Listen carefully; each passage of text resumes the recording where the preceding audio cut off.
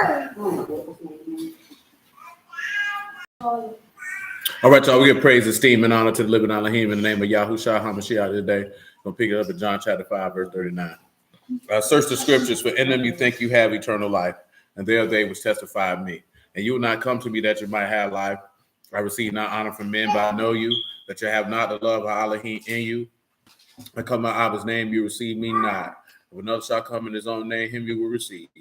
How can you believe which receive honor one from another, and not the honor that comes from Alahym only? Do not think that I will accuse you. The Abba, there's one that accused you, even Moses, in whom you trust. Had you believed Moses, you would have believed me, for he wrote of me. But if you believe not his writings, how should you believe my words? All praises be to the living Alahym in the name of Yahushua HaMashiach. Let's get to Genesis 5 and 1.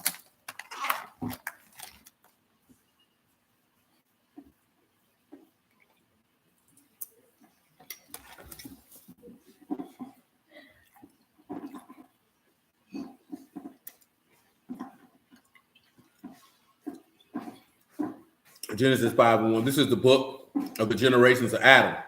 And the day that Alahym created man, in the likeness of Alahym made he him. Male and female created he them, and baruched them, and called their name Adam, on the day when they were created. God bless Brother Leonard. And Adam lived 130 years and begat in his own likeness, after his image, and called his name Seth. So, let's come back over here to 2 Corinthians chapter 3. Shalom, Brother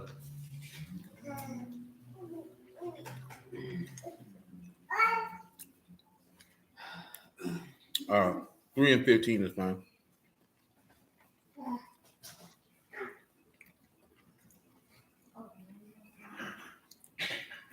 You can beat me by $2 too. Funky bastard.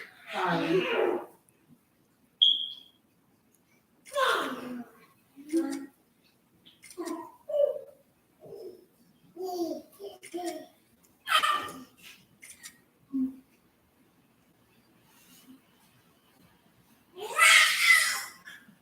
me a second.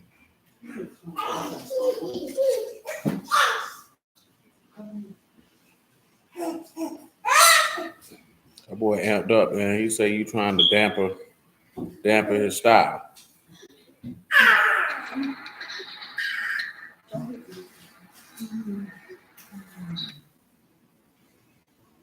Second Corinthians 3 and 15.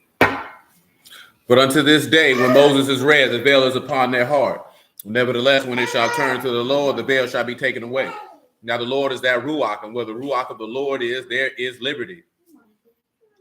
But we all, with open face, beholding as in a glass the esteem of the Lord, are changed into, shalom, sir, into the same image from esteem to esteem, as by the Ruach of the Lord. Now, when you look at being changed, I'm going to just read the words to you before I even ask y'all this question. He said, changed into the same image from esteem to esteem. So first thing we're going to look at, we talked about image already. Let's look at change. You have met amorpho, to change, into another form, to transform or to transfigure. Oh, no doubt, no doubt. I ain't got no ties to it. It's just apparel for me. But I feel you on that. So this is the transfigure. And he said, you're going to transfigure from esteem to esteem. Esteem is glory, is doxa, which is splendor and bright. So when you look at being changed into the same image from esteem to esteem, as by the Ruach of the Lord, what comes to y'all mind when it comes to that?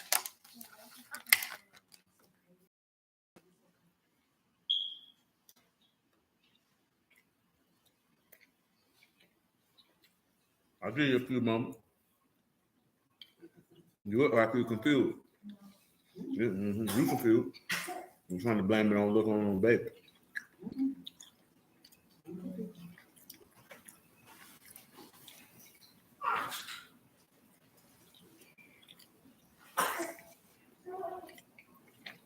You like, you lay me up. I don't lay up. It's okay, Chris. You don't want to lay down. He'll lay down. You let them know right now. You say, Paul. He'll come back. Your boy said, what you laying me here for? I'm on the move.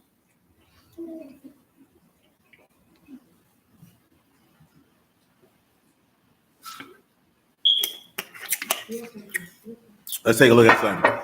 Matthew chapter 17.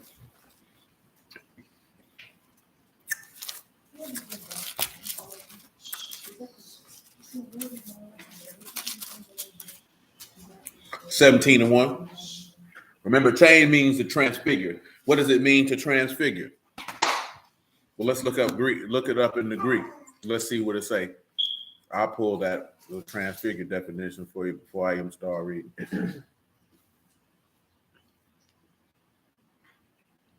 So when you got transfigured, you had the same word again, metamorpho. And of course it says Hamashiach appearance was changed and was resplendent with divine brightness on the Mount of Transfiguration. So we're going to look at something, right? Let's take a look. Matthew 17 and 1. After 6 days, Yahushua take Peter, James, and John, his brother, and bring them up into a high mountain apart, and was transfigured before them, and his face did shine as the sun, and his raiment was white as the light. And behold, there appeared with them Moses and Elijah talking with them. Then Peter said unto Yahushua, Lord, is it good for us to be? If you will, let us make here 3 tabernacles, one for you, one for Moses, one for Elijah. While he yet spake, behold, a bright cloud overshadowed them, and behold, a voice out of the cloud which said, This is my beloved Son, in whom I'm well pleased. Excuse me. And when the disciples heard, they fell on their face and were so afraid. Yahushua came and touched them and said, Arise and be not afraid. And when they had lifted up their eyes, they saw no man save Yahushua. And they came down from the mountain. Yahushua charged them, saying, Tell the vision to no man until the son of Adam be risen again from the dead. Now, go back and look at 2 Corinthians 3 and 18. Then come back and look at this Matthew 17 and tell me, what would you get? What do you gather from that? From the statement that's being made, understanding that changed is the same word for transfigure and Matthew 17.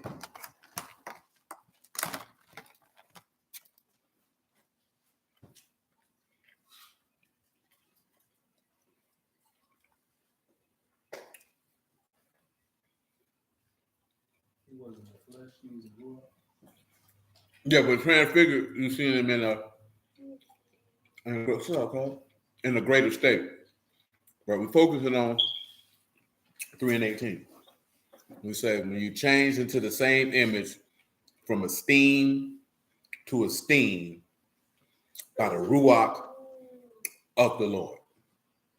And I want to see what y'all can gather from verse 18 in 2 Corinthians chapter 3. Shalom, Tab. And then looking at Matthew 17. What's up, cuz? You good? You chilling?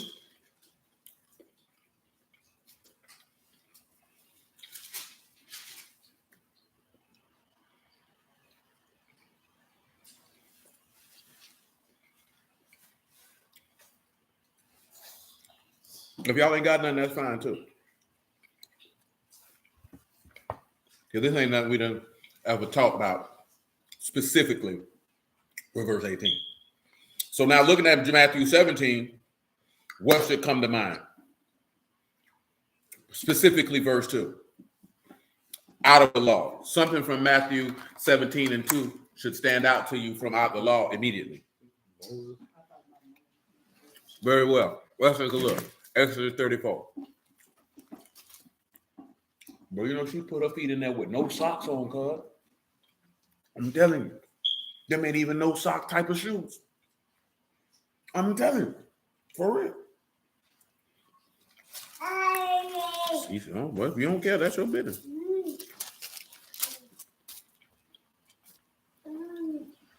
34 and 29, Exodus.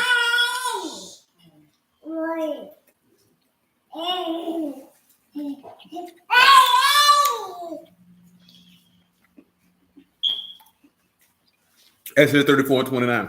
It came to pass when Moses came down from Mount Sinai with the 2 tables of testimony in Moses' hand, when he came down from the mount, that Moses knew not that the skin of his face shone while he talked with him. And when Aaron and all the sons of Yasharal saw Moses, behold, the skin of his face shone, and they were afraid to come near him. Moses called unto them, and Aaron and all the rulers of the congregation returned unto him, and Moses talked with him. Afterwards, all the sons of Yasharal came near, and he gave them in commandment all that Yahuwah had spoken with him in Mount Sinai. And Moses had done speaking with them. He put a veil on his face. But when Moses went in before Yahuwah to speak with him, he took the veil off. Until he came out and spake unto the sons of Yasharal, which he was commanded. The sons of Yasharal saw the face of Moses, that the skin of Moses' face shone. Moses put the veil upon his face again until he went in to speak with him. What is the significance of this man's face shining? Why is his face shining? Oh, no. You know better than that. You do know. You ain't thinking hard enough. You know what you tell your student? You say he had the spirit, not with God. That ain't it either. Now, we done went over this before.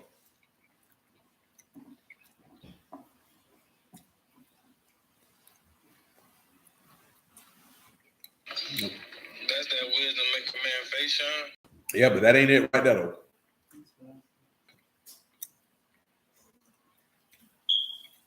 Oh, y'all forgotten what made his face shine?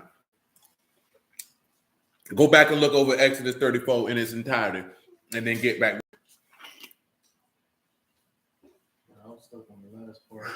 When y'all mentioned Moses, can you also add Elijah on too? Yeah, but we don't have. It's nowhere with where Elijah's face shone. It was just that he was with him when the Lord transfigured. That's what you're talking about. Yeah. That's Elijah being there for a different reason. You got Moses being there for obvious reasons, because Yahusha is a prophet like unto Moses. But then you got Elijah being there because Elijah got up here before the great and dreadful day of Yahuwah. Things that pertain to that.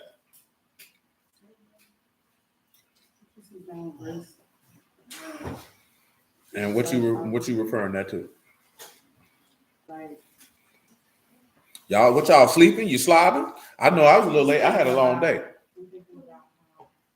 What we read now, what we just read in Matthew, talking about when he came back down and for the 40 days. No. No. He just grabbed a few of his apostles and took them up on a mountain, and then he transfigured.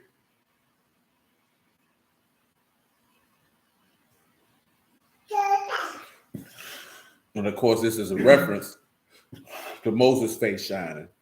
But you'd have to look over in the entirety of Exodus 34. Why is Moses' face shining? What precipitated? What caused that? What's causing all this? That is what caused all of that. Remember that they had broken the original covenant when they had made the golden calf. Moses came down from the mountain with the 2 tables of stone and threw them down. When he was going back up here in Exodus 34, he was getting, let's take a look at it in verse 1. And Yahuwah said unto Moses, hew you 2 tables of stone like unto the first, and I will write upon tables the words that were in the first tables, which you broke. And be ready in the morning, and come up in the morning on the Mount Sinai, and present yourself there to meet at the top of the mount. And no man shall come up with you, neither shall let any man be seen throughout the mountain, neither let the flocks nor herds feed before that mount. And he hewed 2 tables of stone like unto the first. Moses rose up early in the morning, went up to Mount Sinai as Yahuwah had commanded him, and he took in his hand the 2 tables of stone. Now, of course, and I think we referenced this when we discussed this, the difference when the first tables of stone and the second is in the second, he declared what his name was, and first he did not. Y'all aware of that, right? I need to make sure that's an affirmative. Y'all are aware that when they got the first tables of stone, Yahuwah did not proclaim his name the first time. I need some affirmative on here. I need y'all to participate.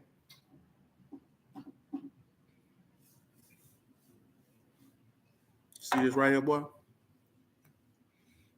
It's tomato leaf in here. You know about tomato leaf? You know about wearing bonnets. Oh, yeah, you're going to get a good ranking on for about a week about that. And then I'll let it go. Unless I see you with a bonnet again, then it starts over. It's a lock cap. Nigga call it a lock cap, a knot cap. You know what I'm talking about? A night cap. That nigga had on a bonnet. You know what I'm talking about? That nigga had on a bonnet. I said, I understand. You got your hair. You had just got your life retwisted. But I ain't coming outside no bonnet. Let me call them junk lock cat order. Them junk be like bonnets, don't them? Okay, then that nigga had on a bonnet. You know what I'm talking about? All that nigga needed was some hot Cheetos, nigga, or some hot Funyuns. You know what I'm talking about? And the soda. That nigga was in the hood where it's good.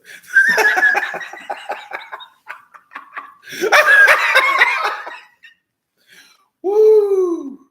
You know what I'm saying? I ain't had no time to mess with him earlier. He wouldn't be catching this right now. We had a lot of stuff to move. You know what I'm talking about? So I ain't had no time. Finish up. You know what I'm saying? I'm talking about as soon as he got in the car, I said, what this nigga got on the body? You know what I'm talking about? So yeah. So when you see Moses' face shining, because this is why this is why 2 Corinthians 3, this is why Paul is writing what he's writing. Let's go back and look at that. This is what because I think I started at verse 15, but I'll back you up to 12, because I know I read 12 Wednesday. I didn't want to make sure you understand. Seeing then that we have hope, we use great plainness of speech, understanding that the veil on Moses' face is not in reference to great plainness of speech because things were hidden. Do me a favor, good sir. Get me Romans chapter 16. Matter of fact, I got you. Because you're tired. You know what I'm saying? You had that bonnet on. You know the bonnet. You got to put your bonnet back on, get your superpower. I'm already there. He said, don't disrespect me. You know what I'm talking about? I feel like I got Something too deep on this. So we said the veil was in Moses' face, right? it covered his face. So I'm looking at it in the same way as like I was listening to the matrimonial when he coming back for his bride. Oh, no, because a man don't wear a veil in that regard. Yeah, a woman do, but a man don't. 16 and 24. Romans 16 and 24. The mercy of our Lord Yahushua HaMashiach be with you all. Amen. Now to him that is of power to establish you according to my good news and the preaching of Yahushua HaMashiach, according to the revelation of the mystery which was kept secret since the world began. So pause. So understand this here. That veil's on his face. His face is shining. So guess which is a secret, or guess what's being held back? You know what I'm talking about? It would be the mercy and the life that's contained in the new covenant, the same way that the flaming sword kept the tree of life, that you couldn't access it, or faith was shut up until it was time for it to be revealed. So, and this is going to go into an aspect of what's in 2 Corinthians chapter 3. I'm going to read this part, verse 25 again. Now to him that is of power to establish you according to my good news and the preaching of Yahushua HaMashiach according to the revelation of the mystery, which was kept secret since the world began, but now is made manifest and by the scriptures of the prophets, according to the commandment of the everlasting Alahym, made known to all nations for the obedience of faith, to Alahym only wise, esteemed through Yahushua HaMashiach forever. Amen. So what does that mean? See, when you see Mashiach face open, this is great plainness of speech. You know what I'm talking about? Ain't nothing hid. Because how do we know this? When Moses went into Yahuwah, what it said happened to the veil? He didn't wear it. But when he came to speak to the people, what did he do? So there wasn't great plainness of speech when he was speaking. Let me show you great plainness of speech, what that means in the Greek. Ain't a little Bible study. I say I ain't even heard a little Bible study. What y'all did to that boy? That nigga Exhibit said you gave my boy some melatonin. Great plainness of speech, the Greek word is Parasia. Freedom in speaking, unreservedness in speech, open, frankly, without concealment, without ambiguity, without the use of figures and comparisons. You see how that works? So what he's saying is, it's not ambiguous. You know what ambiguous is, right? I know you know you around here drinking Coca-Cola. Is what? That nigga, that don't mean that. It's 0 calories. Nigga, that junk still fructose. That's what they say. It's cocaine in there. You know what I'm saying? Just go ahead, you gonna take a bump. You know what I'm saying? You look like you used to get a wank. Little wink of Coca-Cola. Now, see, you talking about never that. Shoot, there's a lot of niggas been taking winks, but they just wasn't snorting cocaine. They were eating sugary snacks and drinking sodas. Taking their wink. You know what I'm saying? Some people like to take their wink on the table. Some people like to take their wink out the bottle. You know what I'm saying? See, I can't feel my face, Joe. Some people like to take their wink with a big bag of cookies. You know what I'm saying? You look like the type of nigga eat your cookies dry. Yeah, I don't live on my milk. You know what I'm saying? What I said that. Eat your cookies dry. Look at my test. It ain't right. Because that's what's supposed to be done. Especially if they chocolate. I can see sugar cookies. You don't dip no sugar cookies. Oatmeal cookies, it's not the same. You know what I'm saying? But chocolate chip cookies, double chocolate chip cookies, Oreo cookies. You know what I'm saying? Anything with chocolate and you know what I'm saying? And milk go with it. It's disrespectful to the cookie. I don't even eat cookies and milk no more. But I'm just saying, if you're gonna do it right. Nigga around here eating dry Oreos. Don't help your old lady out, man. She's been waiting to see you all day. With that bonnet. Yeah, I'm a bust your balls, nigga. Shoot. You know what I'm saying? It is what it is. Where the bonnet I bought you? Woo! Where is the bonnet? But check it, right? So when you look at this here, right, great plainness of speech in 2 Corinthians chapter 3, verse 12, right? There's no figures, there's no likeness. Let me show you something. Where that's at, right? Is that Hebrews 10? Let's take a look at Hebrews 10. Hebrews 10 and Hosea 12. Just bear with me, right? You know, you approve of your old man going out the door with a bonnet on? Shoot, that nigga took it off. I seen him with a do-rag on. That wasn't no do-rag. That was a bonnet. I think it was a do-rag.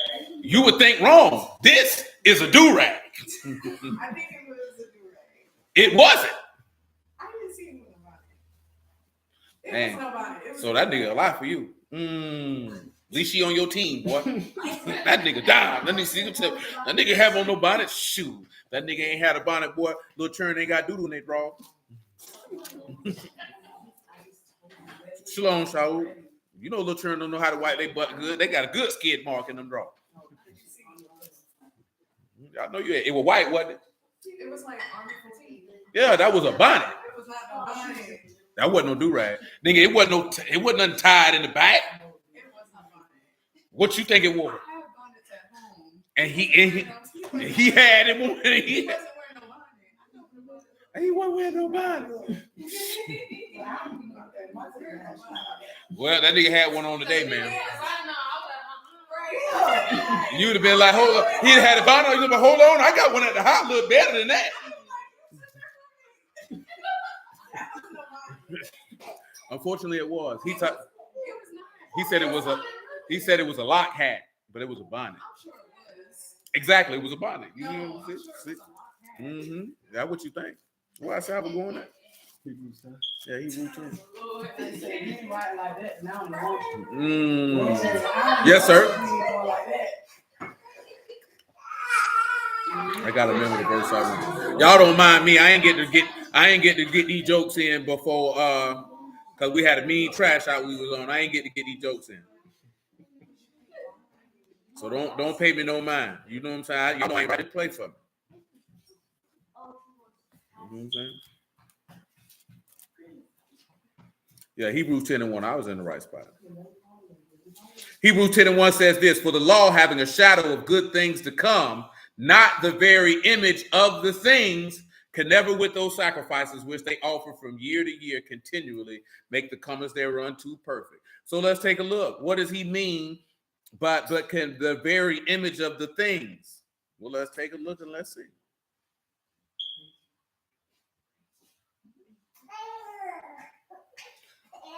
So I'll give you shadow. Shadow is skia, shadow. An image cast by an object representing the form of that object. A sketch, an outline, aberration.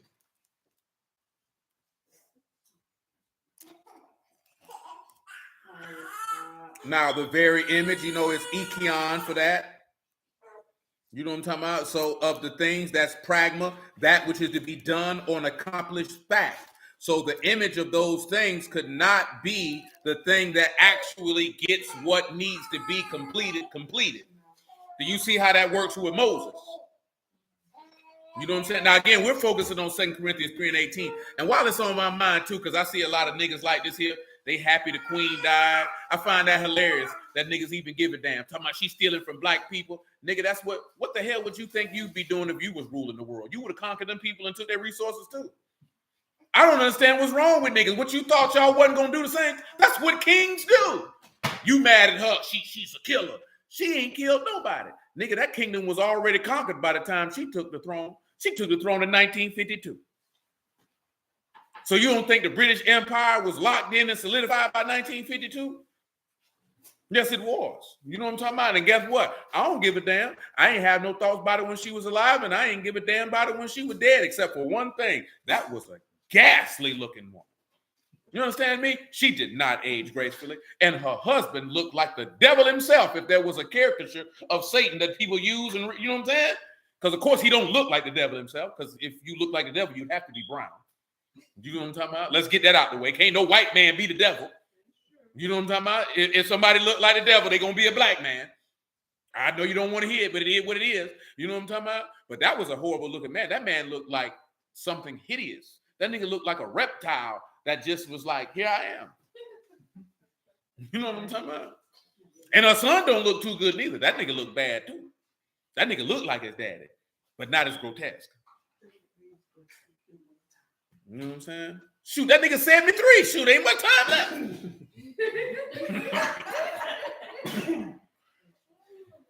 That nigga been waiting for his mama to die for a long time so he can rule. She said, nigga, I'm here, nigga.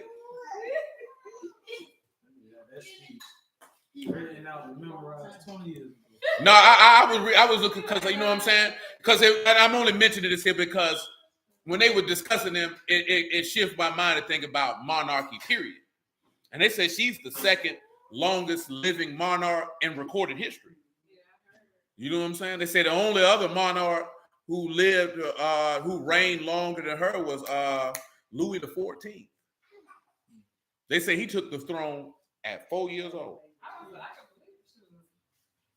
You know what I'm talking about? It made me think about Josiah because Josiah took the throne at 8. He was 8 years old. But none of our kings reigned that long. Not 70 years. You know what I'm saying? So this is, and then they said it was the second longest reigning monarch had just passed, and this was a monarch in Thailand, if I'm not mistaken. But I'm just funny, like they've been showing a thing talking about a diamond in her, what you call it, crown that they say they came like they said them like, she stole this from Africa. See, let me tell y'all something, man, and just the reality of the game. People conquer other people. And when you conquer other people and they didn't take nothing from you. I conquered you, and therefore I'm shown that I'm greater than you, and then I can extract whatever you had because I overcame you. Because guess what your forefathers did when you came and took over Jericho and all them land? They did the same thing. You know what I'm talking about? And guess what Hamashiach gonna do when he come back here? He gonna take all these people's stuff.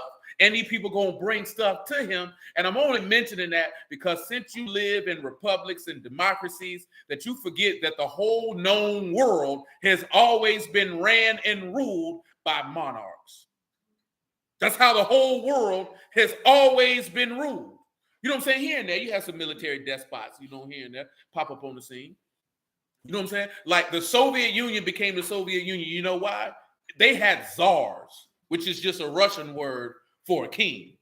You know what I'm saying? And then they used their fake Russian Revolution. Look it up. Because if you think that the Russian Revolution was organic, you're lying to yourself.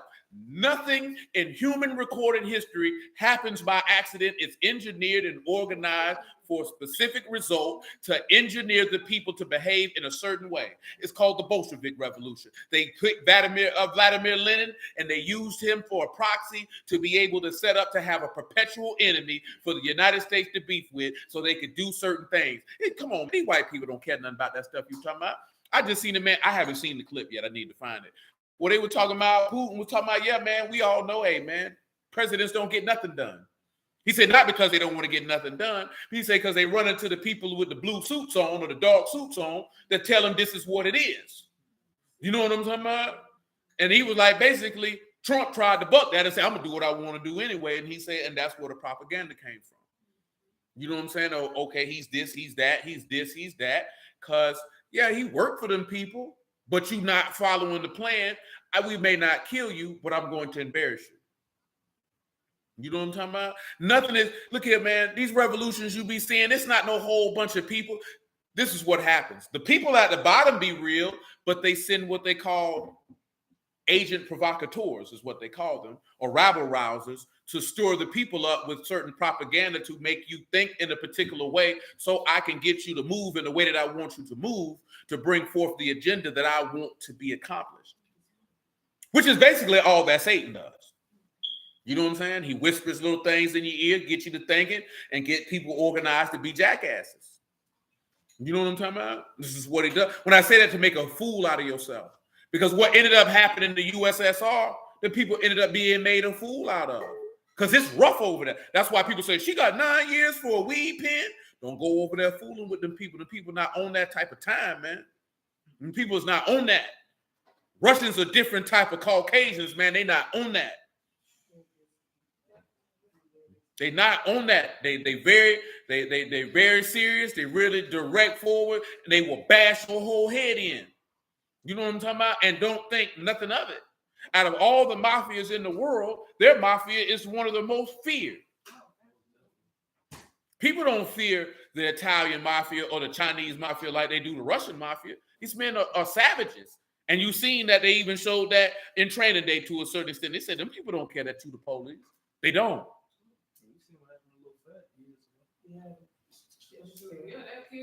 I don't know who that is. Oh, yeah, that's the dude we watched. Oh, but the Russian nigga didn't kill him though. No, it wasn't no Russian nigga. It was regular niggas. What it was is the Russian nigga was renting car to him. He got pulled over because the Russian nigga was really a rat. You know what I'm talking about? And that nigga wasn't solid. And then it was some niggas who had an issue with this man, and he just basically said, "Hey, all my cars got GPSs. I can tell you where he at." He had gotten in trouble. Yeah, he got pulled. Little fat got pulled over in a vehicle, and he wanted the little fat to take the charge, and he was like, "No, I'm not taking that." So he had an issue with that nigga. So when that went down, yeah, that nigga was on the we be looking at it some. Well, I ain't watched it in a while, but Murders in Atlanta. And he was on that because I didn't know who the nigga was. She had to.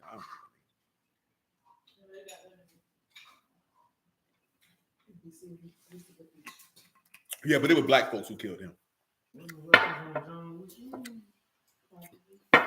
just know this.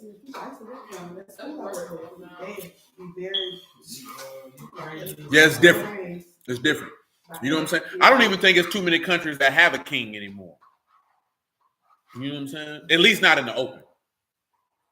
You know what I'm talking about? See, a lot of people get upset, like why people in America are upset because America is a British colony. I don't even know why you would be shocked by it. This is a British colony. You know what I'm talking about? This is what it is. Oh, you thought because you signed a Declaration of Independence and they fought a fake American, you know what I'm saying? You know what I'm talking about? What they call that? The American Revolution. Oh, you thought that was real? I told y'all this before, man. Look up the Virginia contract, man. That's why they still give IBSs to the Queen, now to the King. This is a British colony. That's not changing. Canada is still under British rule. Australia is still under British rule. At one time, a mass majority of Africa was under British rule.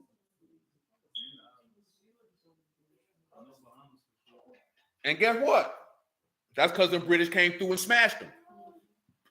And guess what? There was a time period where they went through Europe and smashed them and ruled over them. It happens. That's life. Get out of utopia to think that everybody gonna love one another. Because guess what? If you were to put niggas, especially with the mind that niggas got, and they had the opportunity to overthrow other people, if you think that y'all was gonna be sitting around here and you wasn't gonna take what these people got, I ain't talking about no white people neither.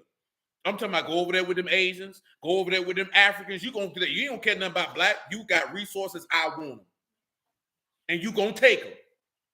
You know what I'm saying? A lot of these nigga hypocrites, man, that's why I don't be respecting that what they talking about, because I don't give a damn about the Queen of England, the King of England, the Windsors, the British monarchy. They can all burn in hell as far as I'm concerned. You know what I'm talking about? You want to look at them, single them out, and say they bigger sinners, and you sitting at the house of the Lord looking like she going to hell, you going to hell.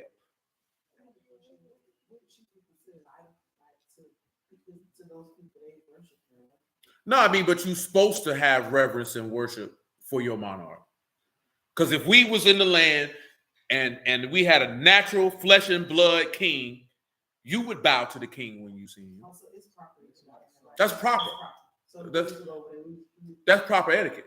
That's why Haman was mad with Mordecai, because he said, I ain't doing it. You know what I'm saying? He said, I don't respect you like that, cuz I ain't doing all that. You know what I'm saying? Haman like, man, this nigga won't bow to me. He was like, man, screw you. You know what I'm saying? But you'll see people who bow to David. You know what I'm saying? They will bow and they'll say, you know what I'm saying? You know what I'm saying? Let the, you know, you who will be with the king. Well, I mean, people say that about regular niggas.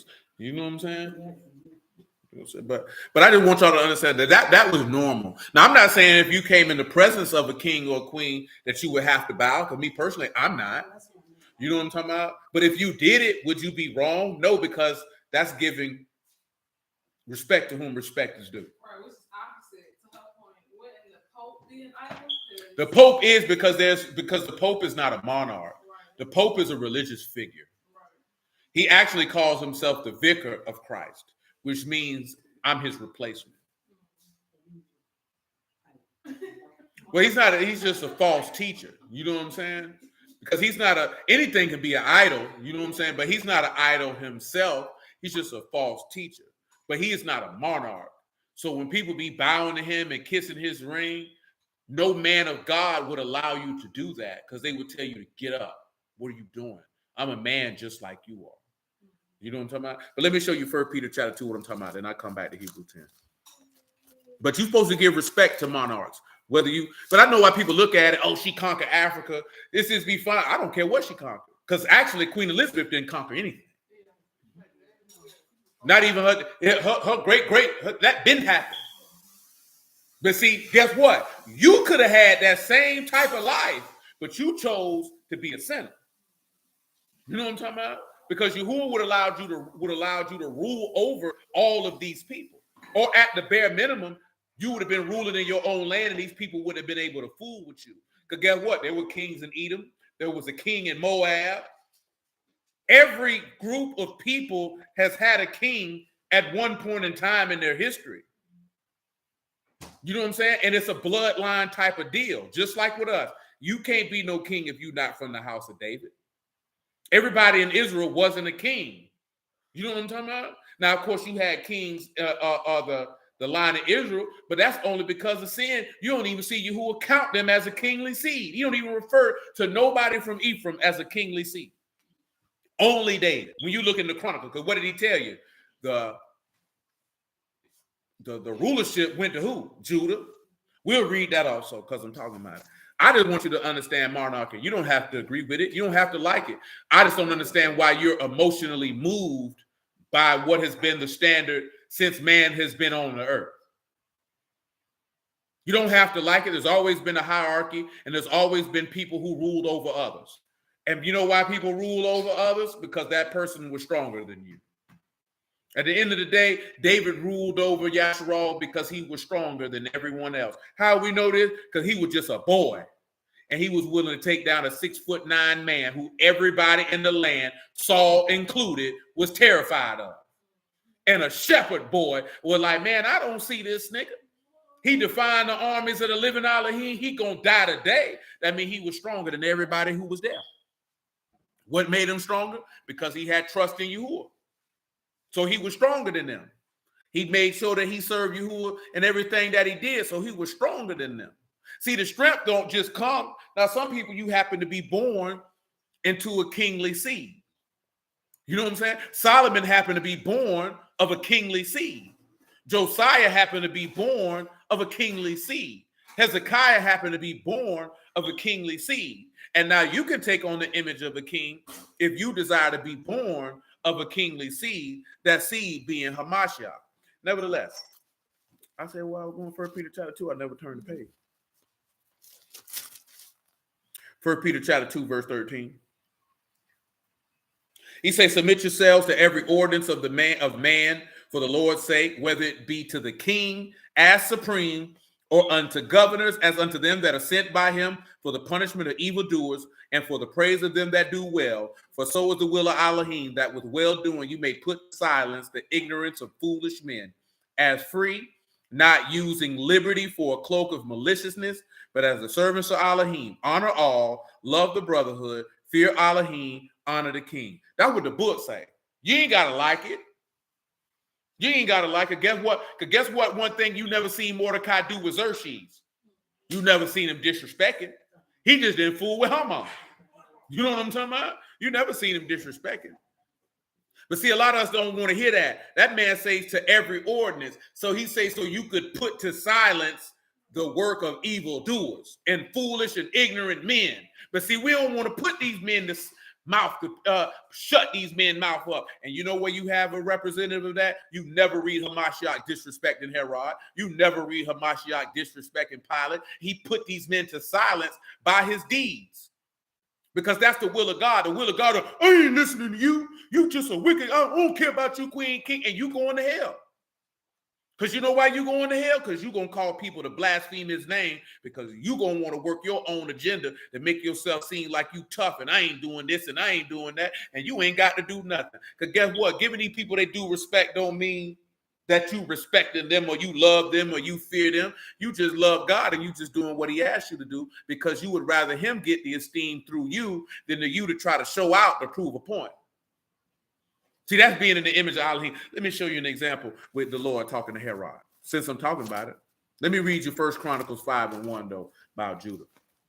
And then we'll go to that. Because get what? When you seen 1 Chronicles 5:1, when you see Moses step to Pharaoh, did he disrespect him or did he give him his respect? The whole objective is for these people to damn themselves. That's the point. You can't damn nobody. But that's if you want to be in the image of Alahym. Now, if you don't want to move how he moved, that's your business. I ain't got nothing to do with that. I know I wouldn't go to hell because I feel like I need to prove a point. I don't need to prove no point. I'd have met Queen Elizabeth. I'd have looked at her and like, all right, and kept it moving, because she means nothing to me. King Charles means nothing to me, but he do respect this as a king. Because guess what? You'd be offended if Hamashiach was on the earth and somebody came disrespecting him. You know what I'm saying? If you was in the time of David, if you was in the time of Solomon, and somebody came and disrespected him, you're going to be offended. So that's why I said that is right. We could clap and zone about it, but at the end of the day, if they in the UK, that's their queen. How you think they're going to react? Do you know what I'm saying? Of course, I wouldn't expect none of us to understand it. We don't have no ties to this person. So we don't care. You know what I'm talking about? Because guess what? You think them nations love Solomon? Solomon was taxing the daylights out them people. You know what I'm talking about? Y'all do know that, right? Y'all know taxing the daylights out of them. Guess what? He was well within his power to do it. Tax him. Yahuwah say tax him, nigga, tax him. Tax him decent, too. You know what I'm talking about? Because guess why? You know why? Because the law said he can. I ain't got no problem with it. I ain't got no problem with it. You know what some of these brewers would do? Some of these brewers would get in power and try to show they ain't like these other nations and then don't do certain stuff that you could do. You's a coward and a coochie. Because I feel like Alicia, you should have stamped on them arrows 7, 8 times and obliterated them. Who? Ain't no disrespect. It's in my right to do it. I'm going to do it. Hell you mean? That man say, who do they take tribute from? Strangers or children? He say strangers, then the children are free. You crazy as hell. You don't think I ain't finna tax these people? I'm sitting on the throne taxing these people, man. On general principle. You don't tax children. I'm taxing strangers. You know what I'm talking about? And that's on you, boy. I mean that. You's a fool if you think otherwise. All this virtue signaling, man, and this fake outrage. What do they say? These niggas fake mad. That's all they be doing. Acting like they ain't gonna do this and do that. Then some of them go to the extreme. Your feelings so hurt, you want to try to make these people life hell. I'm gonna hurt them for what they hurt me. No, you hurt yourself. And the book tell you who are gonna hurt them people for what they did to you. But see, you don't want to do that because you want to. See, you can tell the people who ain't tough for real, because the people who tough for real, they ain't gonna do all that. They just gonna crack skulls. They just gonna crack skulls. Dudes who ain't tough for real, they gotta have all that tough talk, man. All that extra stuff. You ain't gonna kill nobody. You ain't gonna let nothing be killed. You ain't gonna do nothing but kill a nigga nature. You know what I'm talking about? 1 Chronicles 5:1. Now the sons of Reuben, the firstborn of Yasharal, he the firstborn, before as much as he defiled his father's bed, his birthright was given unto the sons of Joseph, the sons of Yasharal, and the genealogy is not to be reckoned after the birthright. For Judah prevailed above his brethren, and of him the chief ruler, but the birthright, Joseph's. So you see this? The chief ruler. So the king come from Judah, and then we understand the king come from one bloodline. Let's let the text tell us what bloodline it is. Chapter 3, verse 1. Now, I know we talked about this a while back. I just want you to see one thing. The Chronicles separates David and Solomon's line from the whole line of Judah. Y'all see that? Look at chapter 4 and see where it say the sons of Judah, Pharez, Hezron, Carmi, Hur, and Shobal. But when you come over here to chapter 3 and verse 1, it said, now these were the sons of David, which were born unto him in Hebron. The firstborn, Ammon of Ahinoam the Jezreelitess. The second, Daniel of Abigail, the Carmelites. The third, Absalom, the son of Maacah, the daughter of Mai, king of Geshur. The fourth, Adoniah, the son of Haggath. And then it just went down until it got to Solomon and so on and so forth, all of his children. And then it gained forth to Solomon's line. Why is that important? Let me ask y'all this here so y'all can remember. Why is it important that when it came to the bloodline of David, that it dealt with David's bloodline and then Solomon's bloodline? Who can tell me why those two men are isolated? Who can tell me why those two men were isolated? That their genealogies was isolated, David and Solomon. Well, for Solomon, because he was, they were both of them. They were chosen. Yahuwah chose David to be king. Yahuwah did choose David to be the king. And then, of course, you should know from 2 Samuel chapter 7, he said that Solomon would be the king to sit on his throne. Not Adoniah, not Absalom, because guess what? And you can see this even just looking at with the the monarchy in England, if you would. There is a rule of inheritance. You know what I'm saying? And it's supposed to go to a son every time. You know what I'm talking about? Every single solitary time. I actually read, and this is hilarious, that the way that Queen Elizabeth was able to become queen because her uncle abdicated the throne because he wanted to marry a whore. I found that hilarious because in their constitutional monarchy, it says that a king cannot be married to a divorced woman. Isn't that hilarious? And you want and ask yourself, where did they get that from? You know what I'm talking about? Like, you gotta, where did they get that from? Yeah, that's what Harry did, though. That's what Harry did. Yeah, I was say that's why he came. What was that? See, She just wasn't a very. No, but he's not the eldest son. No, but even if his brother died, he would be next in line. Oh, I read it. It said he was. He was. He wouldn't. He is next in line. But I thought he gave that Oh, up. I said, not no more. He gave that up. though. No, I just read it last night. No, he's not. Well, they might have been in error. They said he gave brother that was up. next in line. After his brother is his brother's son. His brother's son, because he Yeah, gave it up when he he's- married. Meghan Markle's been married before. He's Yeah. fifth in line. Yeah, he gave that up when he. That's why I was like, why Now, would that's just hilarious, though. Nigga said, you the king, and you say, you know what? I'd rather marry this whore. Yeah, that's basically what it's. That's what I said. brother That's what did. Harry did. Yeah. Yeah, he gave it up. I'd rather marry this whore. You a beta male San Manjana. His daddy did too. Yeah, what we talking about. His dad did, so did he. Oh, I'm finna tell you, Drew. No, I think I told y'all that when that jumped first. What if you think I would give her rulership and power for a woman? You's a fool. Man, ain't that much love in the world, man. You's a damn fool. They was in the sports group talking about Tom Brady, like, man, you ought to go home. You done get all this here. Your wife wants you to quit. Man, screw that hoe. You know what I'm talking about? Man, I was playing football for a good 10 years before I met your raggedy behind. And I was a 3-time champion before then. Let me tell y'all about something, man. Real talk, man. Don't never sacrifice nothing that you do for no woman, man. Not what that's what you do. Don't do it. Don't sacrifice your plans, your visions, your dreams for no woman. You's a fool if you do so. You's a fool. He didn't tell me that's Giselle. I wouldn't give a damn who that raggedy hoe was. I don't care if she respect me or not. I ain't gonna be able to respect myself. And you know what he went and did? That nigga say, screw you, hoe. And guess what he did after that? Before that, that man signed a 10-year contract to call football game, man. That means that man don't give a damn about what that woman got going on. You know what I'm talking about? You know what that really means? Man, I don't want to be home with this hoe. But this is the difference why. I just mentioned it, Drew. You got 2 Samuel 7. Kingship is established with David. Let's take a look at 2 Samuel 7 for those who might not know. And don't never sacrifice nothing you got going on for no woman, because you're gonna hate your life. Every time you look at her, you're gonna resent her. And like Nisha said, she ain't gonna respect you.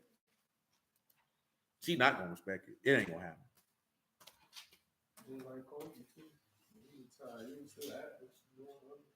Because that's what a man's supposed to do.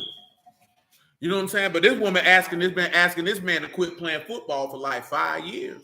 That's why people don't respect Iman Shumpert. They be like, why would you now you tell him? Say, well, you was who you were before. But he was nobody. No, I thought he was pretty good. No, he wasn't. He wasn't. Yeah, but now he going her Because he was nobody. He was a role player. That nigga wasn't a star. He wasn't an all-star. That nigga was he just was a defensive stopper who was in the NBA. That's all. Ain't nobody ever clicked on no game and say, boy, I can't wait to see Iman Shumpert ball tonight. You know what I'm saying? He wasn't even good. Role player. Hi, I'm telling you, I done watched the nigga for years. The nigga wasn't no 20-point a night scorer. Hell, that nigga wasn't gonna give you 12. I didn't even know who he was until they got married.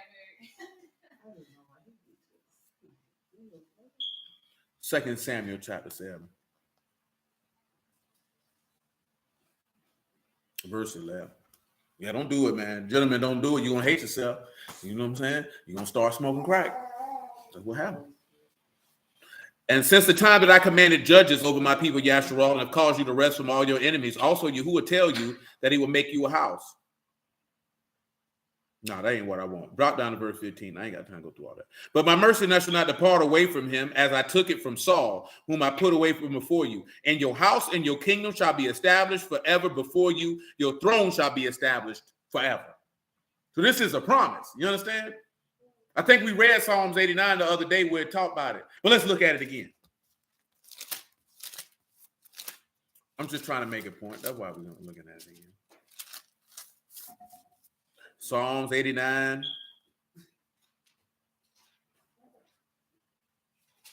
verse 20. After that, Psalms 132 and 14.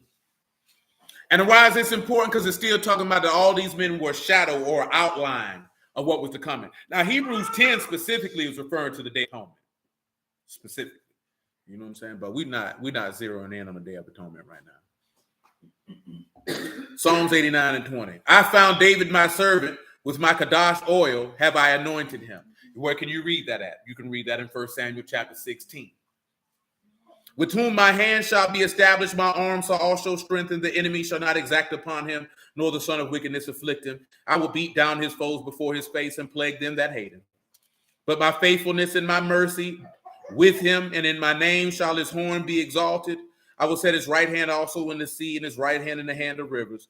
He shall cry unto me, you, my Abba, my Alahym, the rock of my salvation. I will make him firstborn, higher than the kings of all the earth. We just established in the fact that he swore a covenant that David's line would sit on the throne. That's why you see before it gets into the Chronicles of Judah, it literally interjects David's line before you get to Judah. So that's letting you know that David is separate from Judah. Why? Because David's line is the line of kings. The line of kings is not the house of Judah. I told you this before, but I just want to reiterate that. Just because you say you were Judah don't mean you were the kingly tribe. And if you're running around here saying that, you are a special type of stupid. You know what I'm talking about? And you know what makes you a special type of stupid? Because you don't read. Because he said out of Judah would come the chief ruler, not that Judah was the ruling tribe. Would that be a correct assessment? Did it ever say Judah was the ruling tribe, or did it say the chief ruler was coming out of Judah? It said the chief ruler was. Judah is just a tribe. The ruling bloodline is David's, which is why in Matthew chapter 1 with that genealogy, who gets mentioned? David. You know how we know this? Because when we swing back over there to that genealogy in Luke 3, guess who you don't see? David. Why? Because there's no need to mention David to link you back to Adam. But to link you for these covenants, remember, he made a covenant with who? Abraham, that he'd have a seed. And he made and they also told Abraham that what? Kings would come out of you. So that's why when you turn around and you see him going through David's genealogy, that's why that's important. Because Mashiach got to go back to David in Solomon's genealogy, and that's what that genealogy. Because remember, we talked about this stuff before. But for those who ain't never heard this conversation before, go read it for yourself. Go read Matthew chapter 1. Go study the genealogies in Chronicles. You know what I'm talking about? Chapters 1 through 4, and you're going to see exactly what we're talking about. Go read Luke chapter 3, and you can look at your genealogies in Chronicles, and you can look at your genealogy in Genesis 5, and you're going to see that. This ain't no great mystery. Stop letting these people tell you that's Joseph and Mary's genealogy. If they tell you that, they stupid.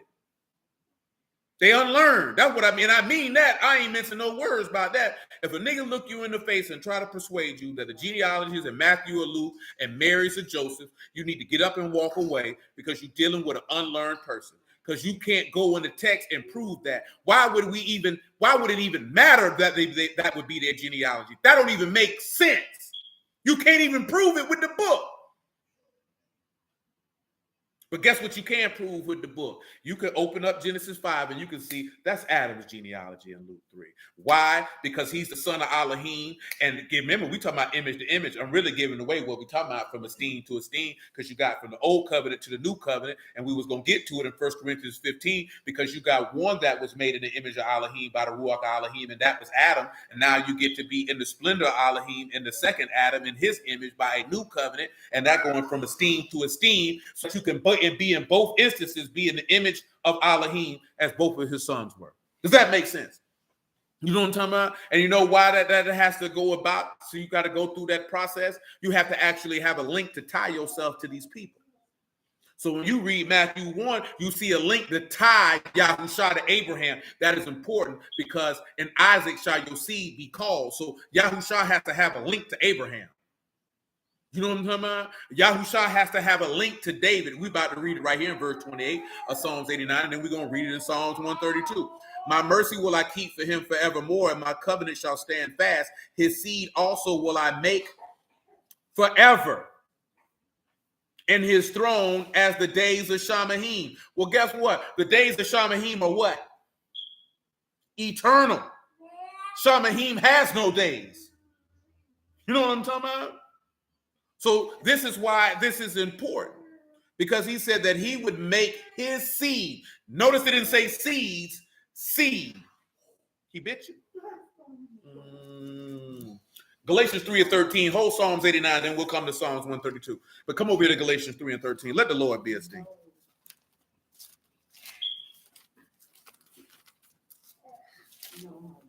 And you know what this takes us back to? The conversation we had on Shabbat with Lucifer, with the translation directly, the light bearer, who is the firstborn of the day. And what did that firstborn of the day say he wanted to do? Sit upon the throne and the mount of the congregation. Well, who else gonna sit upon the throne of the mount of the congregation? He gonna have to be of the what? Seed of David. And what did we read in the other place when he said that what? In Exodus 11, he said, I'm gonna slay the firstborn of what? Of your handmaiden. And what did he promise his handmaiden in Luke chapter 1? That your son would sit upon the throne of his father David, did he not? Look at the Lord. You see how all that go together? And who else said the firstborn? When we say the firstborn of Pharaoh that sit where? On the throne. You know why that's important? Because if you the firstborn of Pharaoh that sit upon the throne, guess where that firstborn gonna sit at one day? On the throne. Guess what Mashiach gonna be sitting at? On the throne. The throne of who? His father's David. Man, ain't nobody trying to hear what you talking about, boy. You around here biting people, boy. Oh. He said, you know it too. You heard it. You smiling. What you smiling for? He gonna bite you next. Try it. Test him out. Who you tell? That's his mammy. He nursed on them paps. You think he ain't gonna bite you? If that's what you want to lie and tell yourself. Galatians 3:13.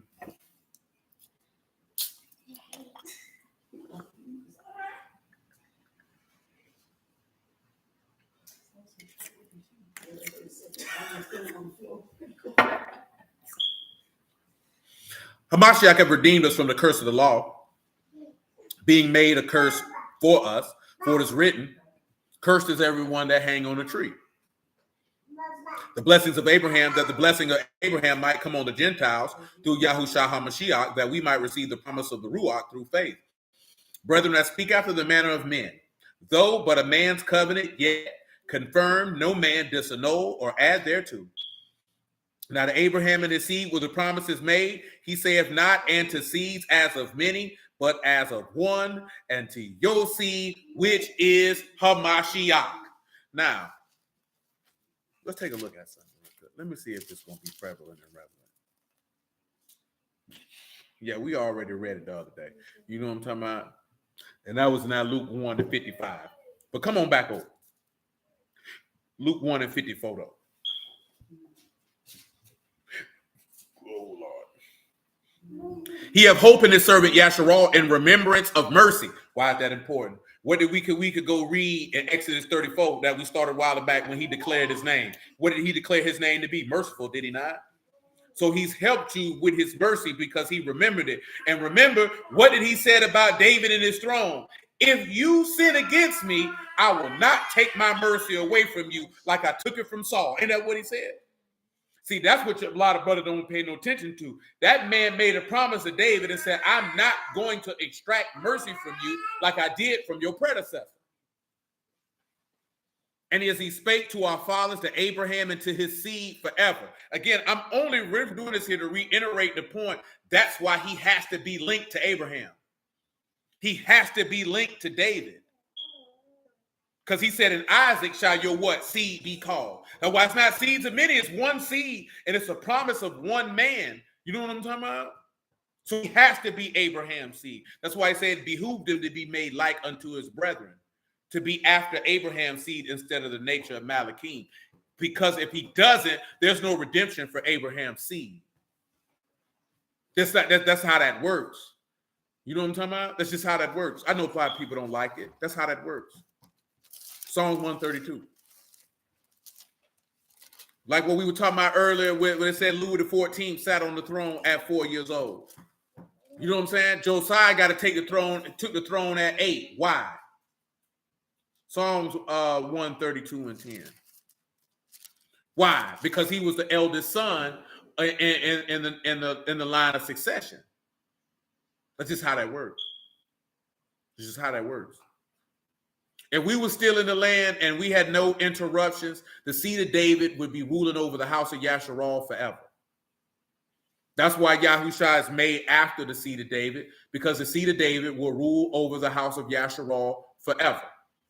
That's why there's a separation with David's seed, because David is the kingly line. Again, it's not Judah is the kingly line. David's bloodline is the kingly line, and that is it. I don't care if you came from whichever one you came from. That don't make you no king, my G. You can walk around with a king's mindset. You know what I'm saying? You could behave yourself like a king. You know what I'm talking about? But you're not a king by blood. Now, you can be a king by Ruach, but you're going to have to be born of Mashiach. You know what I'm saying? But that's it. But by blood, if you can't prove you come from the line of David, you ain't no king. You just a nigga. You's a Burger King is what you is. You know what I'm saying? You remember Burger King used to give you that crown? You walk around with it on at the house too, don't you? So you walk around the house with a Burger King crown on.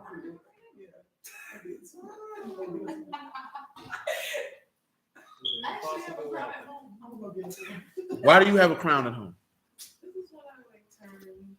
I think it was like 23 or 23? Yeah, that's a couple years ago. Nigga, that's a couple years ago. But it was like it's like gold. It's like a. Tiara. No, it's not a tiara. It's a crown. And you walk around the house It's with a a gold. It's like an outline crown. It's so cool. I had worn it on my birthday. Yeah. I still got it. only women do that. Get crowns for their birthday. No husband. What you is? A queen to who? No, I was a birthday queen. You still can't be a queen without a husband. Not even a dairy queen. A fairy queen. Nigga playing make believe. You know, this is, I'm waving to my subjects. I had a pin and everything. I still got it. You know the sad part is that Queen Elizabeth's husband came from a kingly line, and he could have been a king in his own country, and he renounced that because he was a pedophile. That man started talking to that woman when she was 13. That nigga still a pervert. So he could have been a king. He chose her. Yes, he did. What's the law out there What's that? as far as? No, he did. He wasn't messing with her, but they claimed that he wasn't messing. Do they consider a minor like younger over there? I have no idea, but it said that this is granted. Now this is like in the 30s or 40s. So he was a pedophile. I don't know, because in Italy, I know you can buy alcohol at 16. Well, it said that he was 18 in the Navy, and that he met her at 13, and he was intrigued, and then they were dealing with each other, and then he waited 5 years, and then he asked could he marry her when she was 18. But I mean, the only reason why they probably did that is because he came from a line of kings himself. You know, these people not going, and they said they were cousins, but that ain't no big deal. I mean, you rolling your eyes, nigga. Jacob married his cousin. I keep telling y'all, cousins are not considered close relatives. Only amongst niggas is cousins considered to be close relatives. You know what I'm saying? Across the known world, cousins are not considered to be, oh, you married your cousin. No, that's not even seen as odd. Matter of fact, people with wealth and power, they would prefer it. You know what I'm saying? Which is why you seeing Jacob get sent off, man, go marry your cousin. You got some cousins over there in Syria, go get you one of them. You know what I'm talking about? It was no different with Isaac. Go get you because you want to keep that in the family, so to speak. You know what I'm saying? You don't want to take your seed and give that off to some random person. That's why people like to say we're here. That's why they looked at him like, nigga, what's wrong with you, bro? You know what I'm saying? Like, nigga, it's something wrong. Nigga, you's a goofy. You know what I'm talking about? We don't understand that because we have been out of a position of power for so long that if you don't understand that that's how people in power work, so it seemed weird to us. But when you look in the text, you see that was done. Like, nigga, they married cousins. Like, literally, our bloodline is if you, matter of fact, if you come from Benjamin or you come from Joseph, you come from a cousin. Well, shoot, all us, because Leah was his cousin. So you say like this here, man, you come from a cousin, from two cousins being married. You know what I'm talking about? Most people don't marry first cousins, but once you get the second and third, they don't consider you to be close relatives anymore. It's diluted. You know what I'm talking about? It's too many different, we had this conversation, it's too many different types of DNA involved. You know what I'm talking about? Ain't no telling how many cousins removed that Rachel and Leah was from Jacob.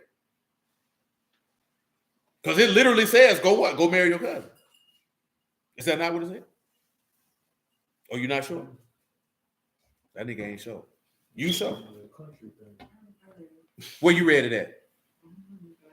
I I don't know why, but I seen it. No, that's what it says. I saw that. He's like, this here, man.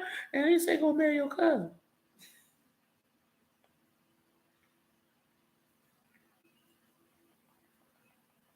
I think it's in what is it, Genesis 28, 27, something like that.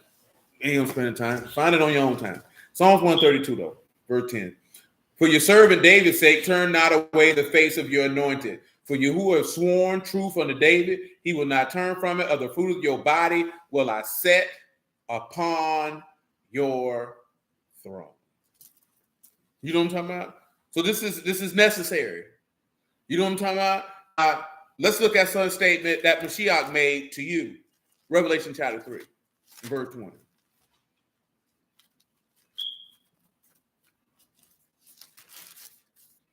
Behold, I stand at the door and knock.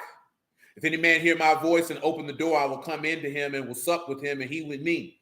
To him that overcome will I grant to sit with me in my throne, even as I also overcame and am set down with my Abba in his throne. What does overcome point to? Getting the victory. Now, why is that important? What does Revelation 21 tell us? He that overcome, he will be my son, and I will be his Alahym, and he will do what? Inherit all things. Well, who's the only person who can inherit? A firstborn son. So you would need to go from image to image.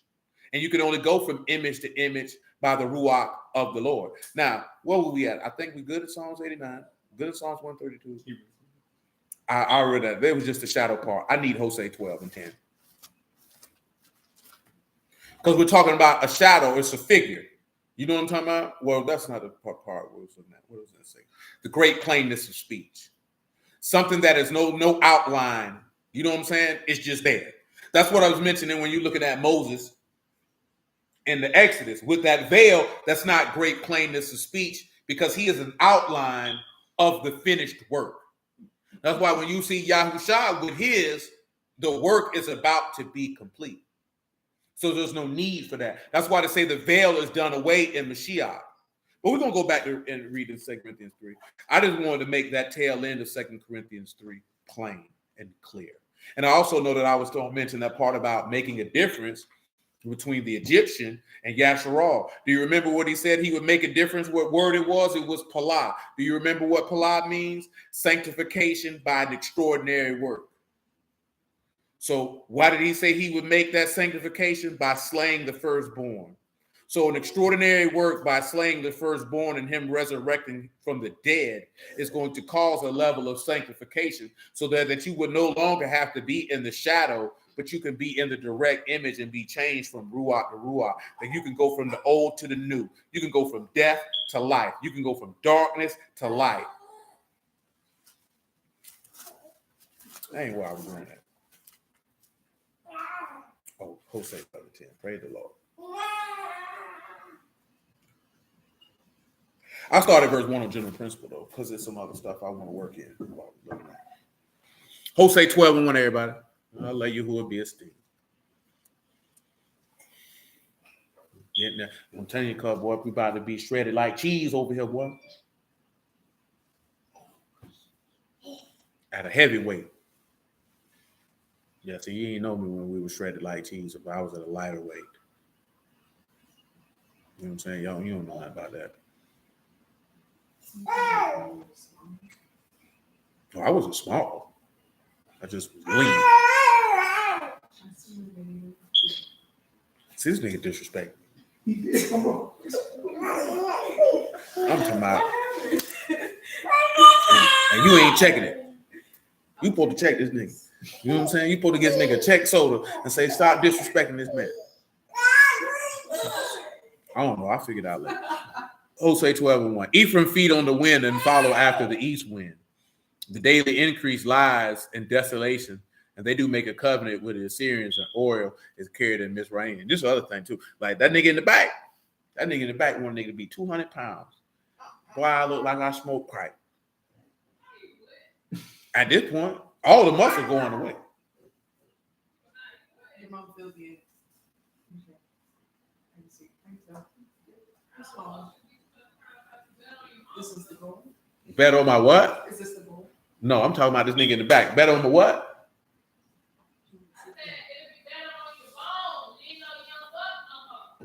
See, now this nigga here being disrespectful.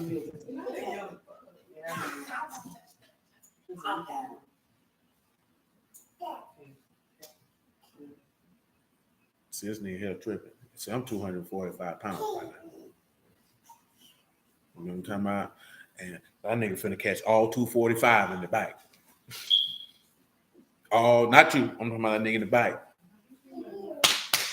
I'm finna get that nigga a buckshot lariat. You know what that is?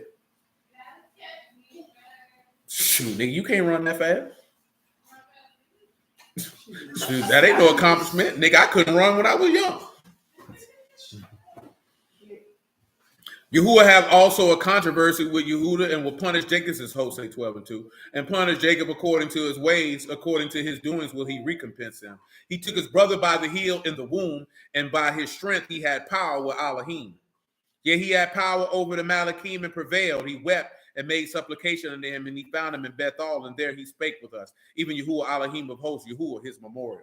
Notice that he had power with Yahuwah to prevail over a Malachim and a man. See, that points you to Mashiach. We haven't talked about this in a long time. I'm not going to go into it in great detail. But when you go back in that Genesis 32 and about 28, or it don't start at 28. But when you see him wrestling with that Malachim, that's showing him overcoming Satan.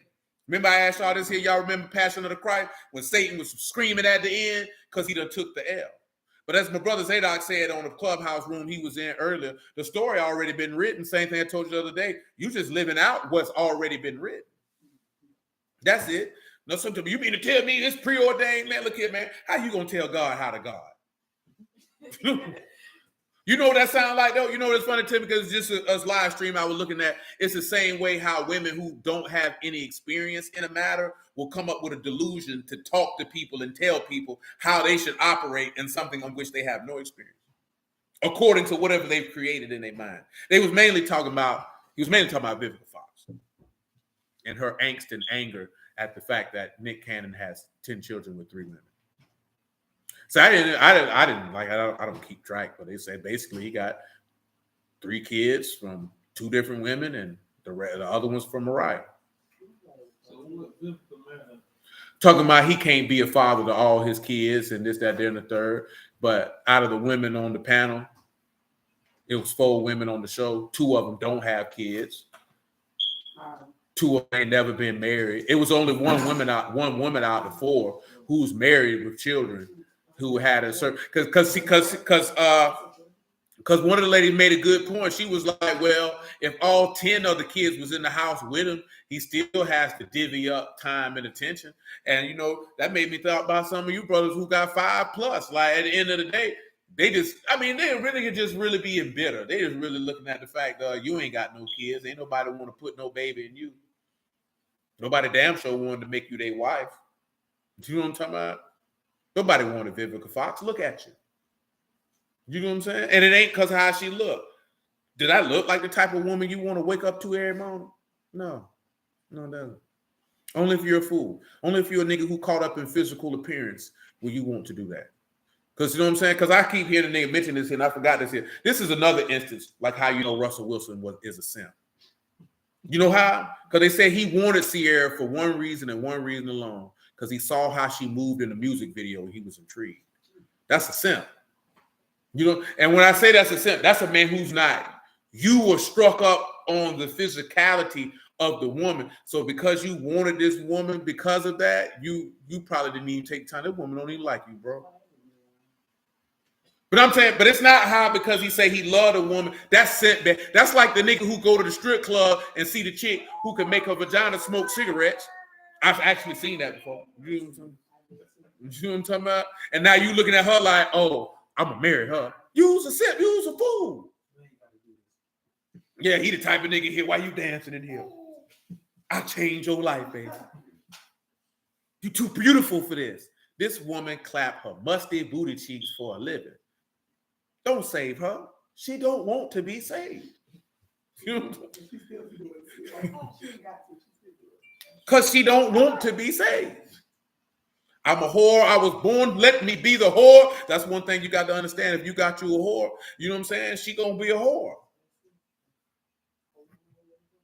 You know what I'm saying? She going to be a whore. You can't change that. You think you're going to love the whore out of her? You's a simp for that. Man, you a damn fool. You think you can love the whore out of a woman. That's just like a woman thinking she can love manhood into a man. You's a fool. You can't love that nigga into being a man. That nigga was a pussy when he was born, and he gonna be one when he die. Because y'all done met women who think they can do that, right? You think they can love him into being a man. That's the same way as a nigga think you can love the whore out of a woman. Both of you stupid. That's one thing Yahuwah ain't gonna do. Yahuwah say, I'm gonna do this for me. Now, if you love me, you're gonna change your life. Because he already know you can't love no whore out no woman. You can't love manhood into no man. You can't do it. It's impossible. You know why it's impossible? Because that person got to change the way that they think. And that ain't got nothing to do with you. If he want to be a man, he going to stand up one day and say, I'm tired of being this pussy. I'm tired of being this coward. I'm tired of being this sucker. I'm tired of being this beta male set mangina. I want to be a man. And he going to seek out the people that he need in order to become the man that he desires to be. If that woman don't want to be a whore, then she going to turn around. She going to change her life. And when I say change her life, change the way that she thinks. But most women who are whores, they don't like to change the way that they think. Because whoredom is a thought process. It ain't just about popping the vagina. Before you get to popping the vagina, you have to think like a whore. You understand what I'm saying? You got to think like one. And you can't love that out of a woman. You know what I'm saying? You can't love nothing out of anybody. They gotta love themselves enough to put it to the side. You know what I'm saying? That's what you gotta understand. Guess what? You got to love Yahuwah enough and actually have respect for the reward to put that to the side. Like I told y'all, man, a lot of people deal with Yahuwah. They don't love Yahuwah. They don't like Yahuwah. They just look at it like it's something I can gain until I feel like something better. Like a brother said that they've been showing a picture of some, I don't know who that woman was, who that 5-year-old foreign nigga was licking on her neck. But the picture, right? These dudes in the Lepee group talking about this here. I say, bro, it's apparent that woman don't like him. And they was like, man, it don't matter, because if she can find a better option, she'll leave you alone. And I say, and I can tell that you've never been with a woman who likes you. You know what I'm saying? Because you worrying about her moving on to a better option. If that woman likes you, she already feels like you're her best option. She don't want nobody else because she likes you. You know what I'm saying? You get her going. It's certain things that you don't have to do that other men would have. I've told you before. If she say you got to take her out on a date, she don't like you. Do you know what I'm talking about? Now, of course, we in the word. But if she come at you, we got to be married, she probably don't like you. Because if she like you, she not leading with that. Because she know if I lead with let's get married, that nigga gonna run away. You know what I'm talking about? It's certain things. If you like a nigga, he ain't got to buy you nothing. He ain't got to take you nowhere. You ain't got to go on no fancy trip. You ain't got to do none of that. The man that she requires that from is the man that, you know, he's cool and all. If I can't get nothing else, I'll go with him. And that's how people feel with Yahuwah. I was in the church. That didn't do it for me. Now I got this truth, whatever the case may be. Let me see if I can get what I want. Because I really don't like him. Because it's a standard over here. And it's a level of trust and submission I got to have. But let me see if I can get some benefit of serving Yahuwah. And let me see. And then what do you see when people don't get the benefit that they want? What they do? Go find another God to worship. You know what I'm saying? And talk bad about him. Like he did something wrong to you. I hate people like that. You're disrespectful and rude. Yahuwah is good and merciful. And he good and merciful according to his righteousness, not what you feel is righteousness. He gonna do what he see fit. That's the same token, right? Dude made reference of like whatever. Dude say, whatever my wife wants, that's what she gets. She want me to quit. I'll quit. You's a fool. Nigga, if what she asked me to do is according to my will, then I'll do it. Ain't that what the book say? When you make a prayer request, if it be according to the will of Alahym, all I'm mentioning is you got a lot of men out here who don't think like men. They like being ruled over by women. They like it. They like being dominated by women. They like being subservient to women. This is not a man who's going to be fit to rule no kingdom. He'll destroy it. He'll destroy it. You don't want that. I promise that ain't what you want. But hey, you ain't got to like what I'm talking about. You ain't got to believe it or agree with it. I don't care. You know what I'm saying? But you know it ain't no lie, though. There's a difference if you don't agree and if it's a lie. Y'all know it ain't no lie. Not there, tap up. Hosea 12:6. Therefore, turn you to your Alahym, keep mercy and judgment, and wait on your Alahym continually. I just wanted y'all to hear that part because that's some good stuff right there. Wait on your God. A merchant, the balances of deceit in his hand, he loved to oppress. Ephraim said, yet I'm become rich. I found me out substance. All my labors, they shall find iniquity in me, that sin.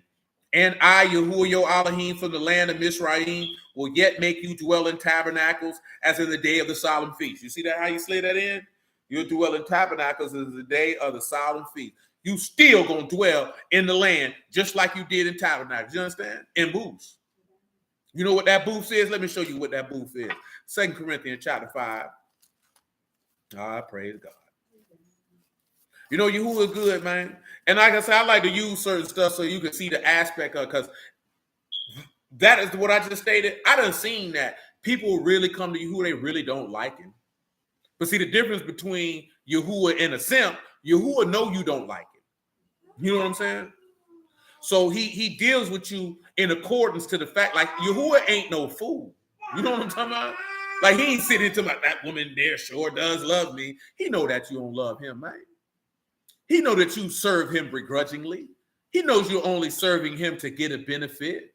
And that's why he tell you that he'll give you what you want just so he can see what your end gonna be. You know what I'm talking about? That's why a lot of people on around here, they don't want the Ruach HaKodesh. They want us a little benefits. Can I get a little money, little fame? You know, this, that, there, and the third. Feel like I got a little wisdom, a little understanding. So I can look like this and look like that. They don't really love it. Because when you love this man, you move different. You know what I'm saying? You move different. Because when more people come to the world, I'll serve you who if I get, you done heard probably people say this in your lifetime. Maybe not necessarily in this way. Maybe you have, maybe you haven't. You know what I'm saying? But you probably heard, I'll serve God if this happens. I'll serve God if this happens. You don't like him. Because when you love you, he don't have to do nothing for you. You know what I'm saying? You going to be so overjoyed with the fact that he acknowledged you, not that you acknowledged him, that he ain't got to do nothing. You ain't got to get no fancy car. You ain't got to get no job. You ain't got to have nothing. All you going to want to be, see, you know when a woman like you, when she want to be in your presence. You know what I'm saying? I just want to be where you at. You know what I'm talking about? Not that clingy stuff. You know what I'm talking about? I'm talking about, I just want to be in your presence. I want to be able to derive off the wisdom that you got. I want you to lead my life. You know what I'm talking about? We got a lot of people, they come in, they don't want Yahuwah to lead their life. And you know how you know that? Because they always seeking out how they can do what they want to do. Always trying to figure out a way to circumvent the direction that he say to go in. That's what you seen with your forefathers in the wilderness. They wanted to get out of Egypt, but then they didn't actually like the man that took them up out of there. You only seen who? Yahushua, son of Nun, and Caleb. They liked the man because what they told the people, man, we can take these people. What's wrong with y'all? But what the rest of the people said, man, we got this light bread. It was only the benefit, which is why Mashiach came back around and told Buddy, man, you ain't coming out here because of the miracles. He said, you came out here because you wanted some bread. That's all you came out here for. You didn't come out here for me. You don't really like me. You like what you can get from me. He said, man, don't labor for the meat that period. Labor for the meat that endure the everlasting life. I want you to be aware that a lot of people only come to Yahuwah for what they can get from him. Not because they want to be near him. It's a difference. You know what I'm saying? It's a grave, grave difference. Wow, we're going there. 2 Corinthians 5. Yeah, that's really well. I appreciate you, good sir.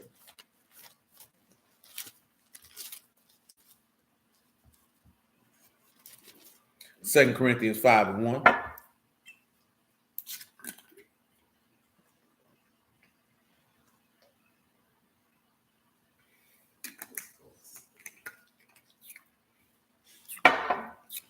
say he ain't going to sleep because you keep asking. For this we know that if our earthly house of tabernacle were dissolved, we have a building of Alahym, a house not made with hands, eternal in Shamahim. For in this we groan, earnestly desire to be clothed upon with a house which is from Shamahim. That's why he said at my father's house, there's what? There's many mansions. But you don't understand. I want y'all to understand something. I want you to visualize it. When you look at tabernacles, what does the law say they did for tabernacles? And so when you look, remember the first tabernacles was kept where? In the wilderness. So that's why you had all these booths. So when you see, he said, I'm going to cause you to dwell in booths, like in the solemn feast. Well, what did it say in Ezekiel 38, how you would dwell? Get Ezekiel 38:9 from the man. Ezekiel 38:9, I believe. Civic gonna make so we're in the right spot. You shall ascend and come like a storm. You shall be like a cloud to cover the land. You and all your bands and many people with you. Many people. Thus say you, O Alahym. What he said? It shall also come to pass at the same time shall things come into your mind, and you shall think an evil thought. And you shall say, I will go up to the land of unwalled villages. Unwalled villages, and what? I will go to them that are at rest. At rest? That dwell safely. Where? All of them dwelling without walls and having neither bars nor gates. To take a spoil, to take a prey. So if they dwelling without bars or gates, what you think they dwelling in? They're dwelling in tents. They're dwelling in their dwelling places safely. Remember what did he just say in Hosea 12:9? He said he'll cause you to dwell there in the solemn feast. So let me read this here, right here in verse 3 of 2 Corinthians 5. If so be that being clothed, we should not be found naked. For we that are in this tabernacle do groan, being burdened, not for that we would be unclothed, but clothed upon, that mortality might be swallowed up of life. Give me Job 11, man, about verse 14. Let me know what it says. If iniquity be in your hand, put it far away. Make it 10. Job 11:10. If he cut off and shut up or gather together, then who can hinder him? Who can stop him? For he know vain men, he see wickedness also. Will he not then consider? Will he not consider? For vain men would be wise, though men be born a wild ass's colt. If you prepare your heart and stretch out your hand. If you prepare your what? Your heart. You prepare your what? Heart. And do what? Stretch out your hands. Towards him. Remember what? Mashiach prepared his heart to die. And what did he do? What did Paul tell you that when you pray, you ought to do what? Stretch out Kadash hands with no wrath and no doubt. Let me read that for you. Y'all just stay where you at. I'm gonna get it for you. That's 1 Timothy. That's 2 Timothy, actually. Let me make sure I say it's one of the letters of Timothy. I can tell you that. Yeah, that's 2 Timothy, chapter 2. That's loneliness. That ain't gonna help.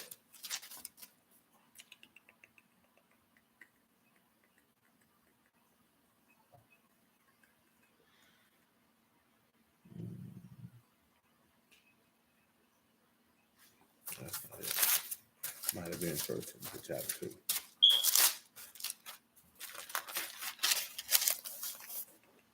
And it was. 1 Timothy chapter 2 is what I desire. I'll read you verse 1. It says, I exhort that, first of all, supplications, prayers, intercession, and the giving of thanks be made for all men, for kings and all that are in authority, that we may lead a quiet and peaceable life in all faithfulness and honesty. The reason why he say to pray for kings and all them, for them to leave us alone. Now, he ain't talking about just, you know what I'm talking about? Everybody. He talking about for godly people, so the people leave us alone. You know what I'm talking about? Because what did Pharaoh do? He was a king, and what he can't do? Messing with us. And then what did Haman do? Going to Xerxes for them people to come bother us. You know what I'm talking about? So he's saying, pray to Alahym, you know what I'm saying, for all these people, so the people leave us alone, that we can serve Alahym in truth and in faithfulness, in peace. Leave us alone. We don't care what you're doing. We don't want nothing to do what you're doing. We doing what we doing. Leave us alone. Verse 3, for this is good and acceptable in the sight of Alahym, our Savior, who will have that all men to be saved and come to the knowledge of the truth, which of course you know he had no pleasure in the death of him that dieth. 4, one Alahym, one mediator between Alahym and men, the man, Mashiach Yahusha, who gave himself a ransom for all to be testified in due time. That's the other aspect of why you see Moses' face covered and Mashiach's not, because he is the one who would be given up for a ransom to be testified in due time. Because guess what Moses tried to do? Give himself for a ransom, did he not? And what did Yahuwah do? He declined it. Whereunto I am ordained a preacher and apostle. I speak the truth of Mashiach, lie not, a teacher of the Gentiles in faith and verity. I will therefore that men pray everywhere, lifting up Kadash hands without wrath and doubting. He said, wipe me out your book. Oh, it's a lot more. Yeah, that was asking for a redemption, for their sin to be forgiven. Notice when Mashiach was on the tree, was there any wrath in his heart? He said, Abba, forgive them, for they know not what they do. So why am I mentioning that? You ain't got no business praying if you got wrath in your heart. You got anger, vengeance, maliciousness, spitefulness. It's better for you to keep your hands down. You know what I'm saying? And get that out your heart first. And definitely with no doubting. What's the purpose of going to this man asking him for something if you doubt that he gonna do it? You know, you see, people doubt for 2 reasons. One, you don't believe he gonna do it, or you know what you asking for is not according to his will, so you know he ain't gonna do it. You know what I'm talking about? But mostly it's the former and not the latter. Most people don't believe he'll do it. You know what I'm saying? If you don't believe he do it, what you asking him for? You know what I'm saying? That don't even make sense. I don't believe you're gonna do it, but I'm gonna ask anyway. Some of y'all done did that with your people when you were young. I want to go to such and such. My daddy gonna say no. I don't think he's gonna say yeah. I'm gonna ask him anyway. You already know it ain't no sense of asking. Ain't no sense of asking. You know why? Because you didn't come in with the confidence when you asked for it. He already know your mealy mouth, you're stuttering, your hands sweating, you're looking down. You ain't coming there with the confidence that he was gonna grant you your request. When you came in with confidence with your request, you got it every time too. You like, no, my daddy, he said no every time. That's what it did every time. You ain't make no request. You just jumped out the window. No. Nigga coming there, they think you in the bed. They done did the thing like they seen it talking about. It's a figure in the bed. Ain't nothing. That nigga got a dummy in the bed. This nigga been gone since 7 o'clock, daddy. Why you ain't say that? Shoot, that nigga gave me $20. What'd you say? Shoot, I don't know. I was asleep. At 7? Yeah. Nigga got a whole dummy in the bed. You out here running the streets. And that's why, gentlemen, you don't trust a woman once she leave, because she'll look you in the face and lie to you. How many of y'all done seen a woman boo-hoo crying and you know she was lying? Yeah. I done seen too many women in my day, boy, look you in the face. I'm talking about, ooh, and she lying. You know what I'm talking about? I'm talking about get this woman a job. Somewhere, get her on the Screen Actors Guild, because she's putting on award-winning before. I ain't never seen a nigga, you know what I'm saying? I done seen everybody lie. I'm talking about adding the emotion to sell the lie. Can't nobody do that like no woman do it. I ain't never seen a nigga start crying, and if you ain't know no better, you be like, oh, this nigga here lying. You know what I'm saying? If you don't know no better woman do all that, I promise you I didn't do it. This nigga's lying. And you know she lying. She on videotape. I ain't even talking about for no sexual stuff. I'm talking about she could go to court, boo-hoo, crying, that wasn't me in that video. Man, we can clearly see you with the gun. You're robbing them people. No, it wasn't me. Nigga, you lying. We looking at you. It's in what is it? It's in 1080p. It's perfect pixels. You know, you don't say them boo-hoo crying, know you were lying. That nigga say not as an adult. How do we know?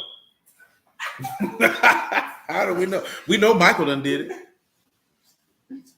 Boop done did it. Did what? Cry for nothing? Cry telling a story. Talking about for what? This nigga voice want to get deep. What's this nigga think she a man back there? What? For what? For what, nigga? I'm real, but I ain't gonna do all that. I have to do that to match my voice. What? I ain't gonna do all that. I'm a real nigga. Nigga said here, look at daddy dead in the face. I ain't doing daddy blind. No, I didn't. I can tell a lot. Mm-hmm. That's what everybody say. Who tell lies? For what? I got caught. It ain't got to be nothing to get caught. Nigga just be lying. No, I'm not a liar. That's not a good thing. Nigga just be lying all the time for nothing. Michael come in there. Who smoked my cigarettes? Michael, no, she just went out there and smoked. Oh, that man cool. Cigarettes. So you ain't smoke your daddy's cigarettes?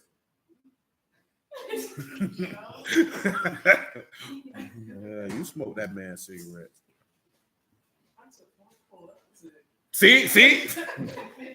First it would know. Now it's one pool. Then it's gonna be a couple out the pack. Then a whole pack. What kind of cigarettes he smoked? Oh gosh. Newport. Your daddy ain't smoking no Newport. No, they don't. Jordan, that's all I heard. That's how they smoke. That's what you smoke. And then I knew niggas smoke Winston, Salem's, Virginia Slims. Nigga, Grandma Simple smoke Winston's, nigga. 3-4 packs a day. Yeah, my grandma Joanne smoked Winston's. I remember them Winston's too. Calm Now Richard smoked Newport. A lot. Newport. I didn't smoke Newport. My daddy, he ain't smoke nothing. That nigga ain't smoked nothing but some ribs.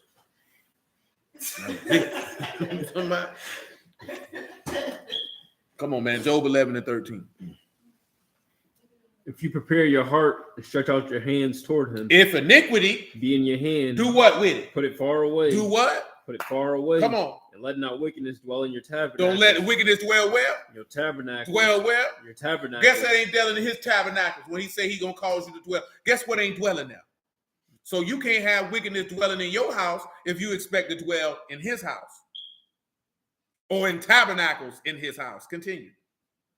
For then shall you lift up your face without spot. Without what? Spot. Without what? Without spot. Mm. Yea, you shall be steadfast. And will not what? fear. Because You shall forget your misery. and remember, it as waters that pass away. notice that he say you'll forget all. Look up misery for him. Tell him what it is. You're gonna forget all your sins, all your pain, all your suffering. Remember what it said. She forget all of that. He said, "Be a good cheer. I've overcome the." Let's come over here to John 16. What I'm referencing. Let the Lord tell it to you. You stay where you at, man. John 16, verse 20. Truly, truly, I say unto you that you shall weep and lament, but the world shall rejoice. You shall be sorrowful, but your sorrow shall be turned into joy. Well, a woman, when she is in travail, has sorrow because her hour is come. But soon as she is delivered of the child, she remember no more the anguish for a joy that a man is born into the world. And you now therefore have sorrow, but I will see you again, and your heart shall rejoice, and your joy shall no man take from you. Notice what he said in verse 22. He said, verse 21, but she remembered no more the anguish for joy that a man is what? Born into the world. Do me another favor, man. Give me Isaiah 26, man. Give me about verse 12. Yahuwah, you will ordain peace for us. You have appointed peace for us. For you have also wrought all our works in us. You worked all this stuff in us. O Yahuwah, our Alahym. That's right. Other lords beside you have had dominion over Notice us. he said other people have had dominion over us. But what we gonna do? By you only will we make mention of your See, name. notice what he say, obey the king and all that there. These people got rule over us, but we only gonna, that's what I meant by we don't give a damn about no Queen Elizabeth, because we only gonna make mention of the one person who got dominion over us, and that's Yahuwah. We don't care nothing about no Joe Biden. We don't care nothing about Sleepy Joe. We don't care nothing about Donald Trump. We don't care nothing about Barry Soto. You know about Barry? You know Barry? You know Barry. You probably voted for Barry. I ain't never voted there in my life. So you ain't never vote for your councilman. They don't call him councilman. Boy, what do they call him? You know what they call him, nigga. What you into? Smoking crack? That's what you into. Mm-hmm. You into smoking marijuana. Well, you smoke weed? Why you sound like that? You smoke weed? Oh my goodness.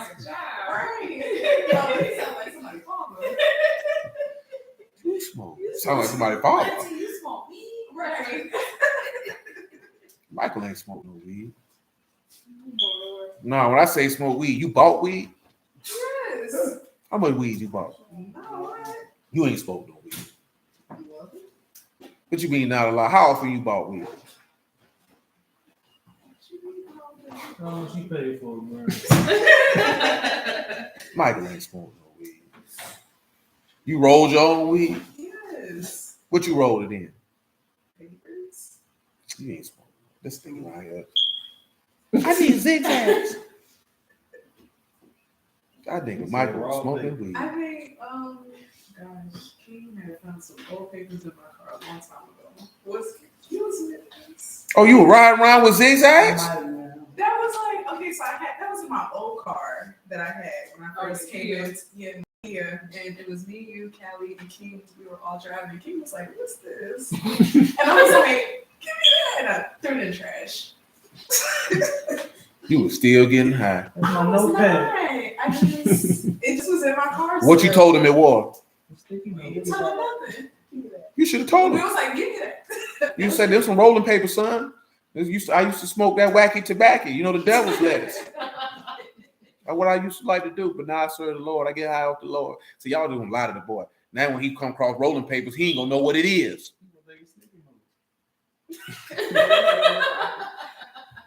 No, I'll say that in a humorous way, but I told you before because I showed them up in weed and crack. Man, with stuff like that, and you better let them children know what it is, because at the end of the day, their peers might show it to them, and they need to know what it is. You bought some crack? Nigga, I was selling crack. What he said? You smoke crack, don't you? I mean, I was selling crack, so shoot, I had plenty of it. So she was about 9 or 10. I went in my stash.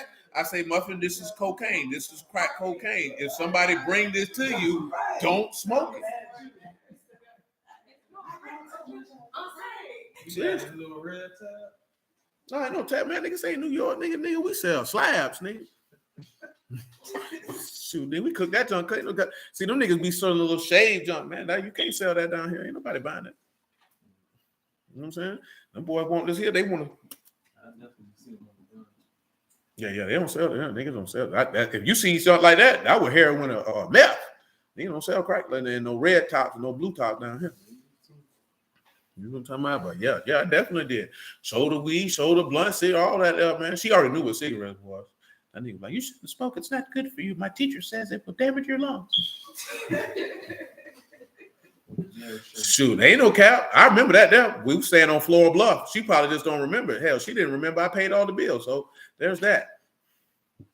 But I definitely. This pays the bills. You know what I'm saying? No, I didn't do all that. But yeah, shoot. And it was like 2001. Sure did. Definitely did. Like, nigga, this is cocaine. Don't use it. Because you don't like it. You'll be shocked. Niggas was smoking crack when I was in high school. We definitely used to go to the bathroom. This white boy in the back smoking rocks. I mean, honestly, you do gotta do that. My real father, I remember he had his gun in the military, like, do not touch this. And he put it up there, like in the closet, and said, do not go in here. I'm keeping it up here for safety.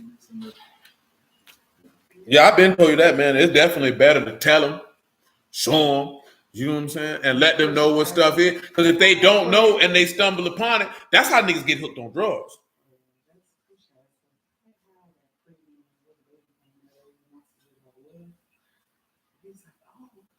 Yeah, you have sex with the kids like this. We don't want to say nothing. Son, you have sexual intercourse. Son, you have a penis. One day you're gonna use it.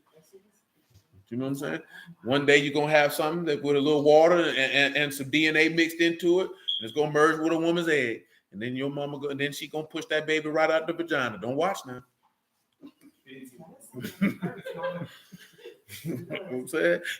You're gonna be in for a transformative experience there, son. You might not. Now, I ain't talking about because it's nasty, because you might not look at a vagina the same after that. You know, you say that what happened to you? You say you ain't look at a vagina the same no more after that. You say this thing ruined. That nigga say, yeah, that's how I felt. That's how I felt. He did put on a camera like Keanu say you cap. I remember that one there because she used to walk around with the little tags from my jerseys, man. Walk around and tell them Kieran if it don't got the shield, it don't get on the field. I mean, you were older than her, so what you remember she's on? Yeah, I mean, I did. I mean, at that time, my son was probably like 9, 10 years old.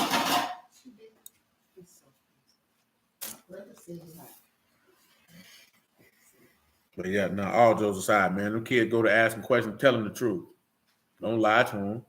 It's better to tell them the truth. Because the reason why I say that, because if you lie to them or you get them half truth or don't say nothing, they definitely gonna look at you crazy when at the older they get. You know what I'm saying? They gonna look at you like this lying nigga right here. You know what I'm saying? Straight up now. You over there communicating with mother? What y'all over there lying about? Yeah, y'all like to lie to each other.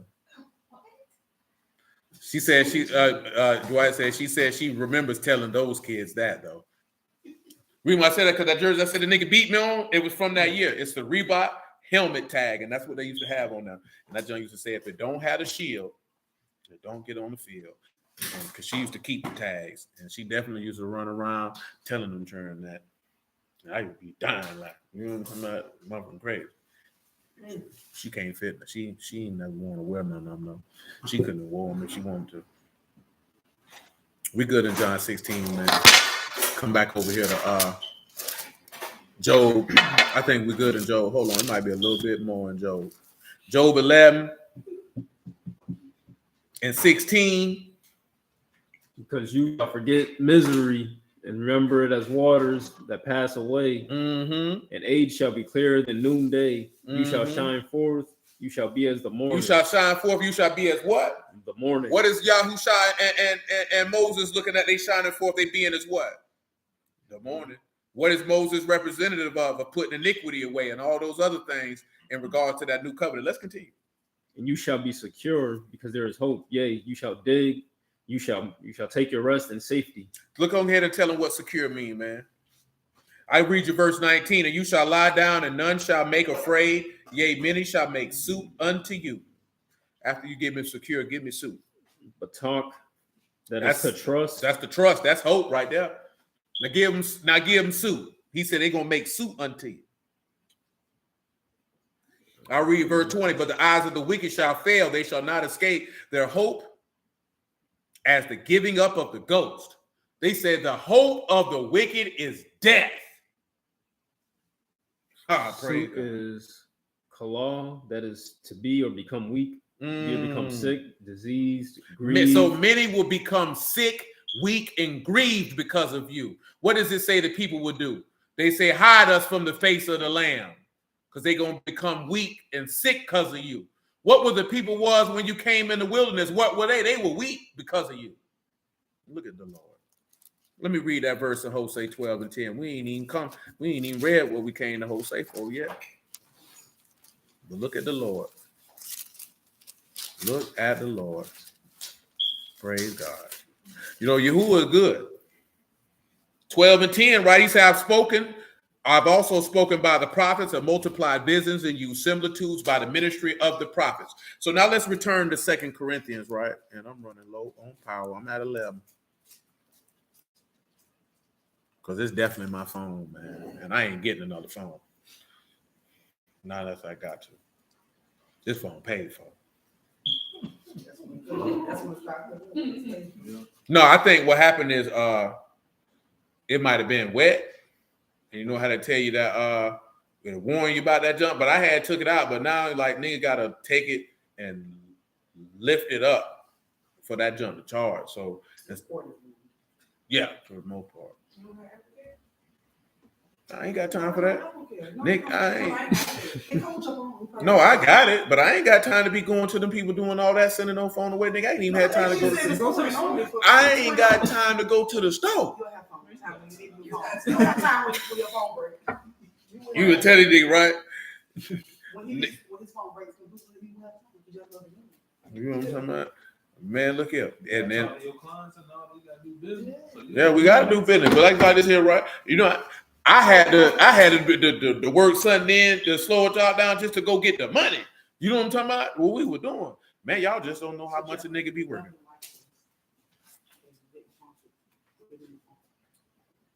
How she gonna do? Then what I'm gonna do when I'm in the field? So look, Apple Care, my Apple Care, I had broke my phone. I know I got it. Earlier this year, they sent me a new phone, and all I did was put the new chip in, and I sent the crack one back. Them niggas ain't never sent me no phone. No, I'm telling you. No, but I'm saying they can express shipping a phone to you while you got your phone already. Man, them niggas told me, screw you, send me your phone and wait for us to send it back. Oh, no, yeah, I get that too. They get my phone. They're trying to get Yeah, it good monthly. So they fix it in 10 minutes. Cause boy, I went to that doggone Apple store. I'd rather smoke crack than go out there. I need a phone carrier. Yeah, phone carrier. Oh, nigga, T-Mobile gonna tell you go to the Apple No, store. normally they have. That's They why fix. I had that T-Mobile. place. Man, every time I go in, them niggas say, you gotta go to the Apple store. You gotta normally. Tell them nigga eat a big bowl of glizzies. Nigga, I ain't going When I out there. went 2 weeks ago, they told me, if you take this normally, we'll fix it in 10 minutes. Man, T-Mobile be lying then. But them niggas tell me go to Town Center. I'd rather not. You know what I'm saying? Which one to go to? The one on Normally, that's who fixes on. Yeah, they go to Normandy. I know, I done been in that one. You talking about the one over there by Winn-Dixie? You talking about the one by Winn-Dixie? Mm-hmm. Man, them niggas told me go to the Apple store one time. How long ago was that? Shoot, probably about a year or so. Dwayne, I asked a week ago. That's fine. When it break, it'll happen. It'll happen. A reason. I ain't saying you lying, but I don't trust them niggas because them niggas told me to go to the Apple store. I say, man, shit. Why you want to go to the Apple store? Damn, shoot, I ain't got that type of time. This is wrong. Yeah, I ain't got that type of time. I ain't even had time to go to Georgia. So, you know what I'm saying? To get them badges so I can get some more money.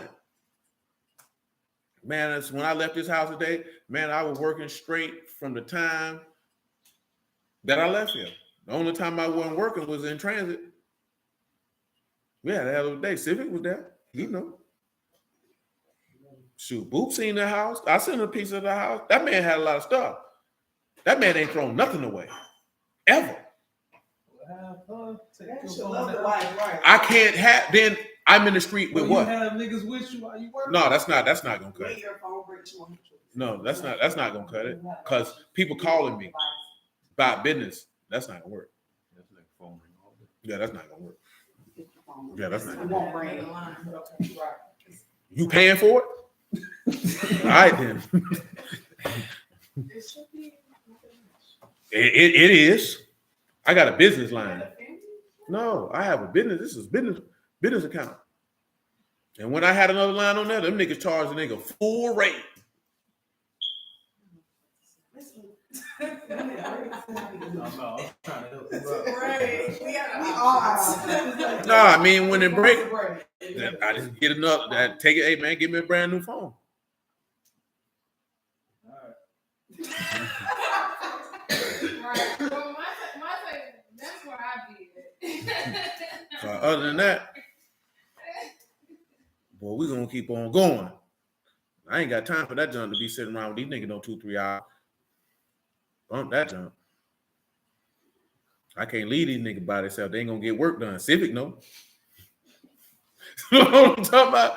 Leave them niggas by themselves, nigga ain't nothing getting done. You got know what I'm talking about. Nothing. You know what I'm talking about? You know, took an hour break. Hour break.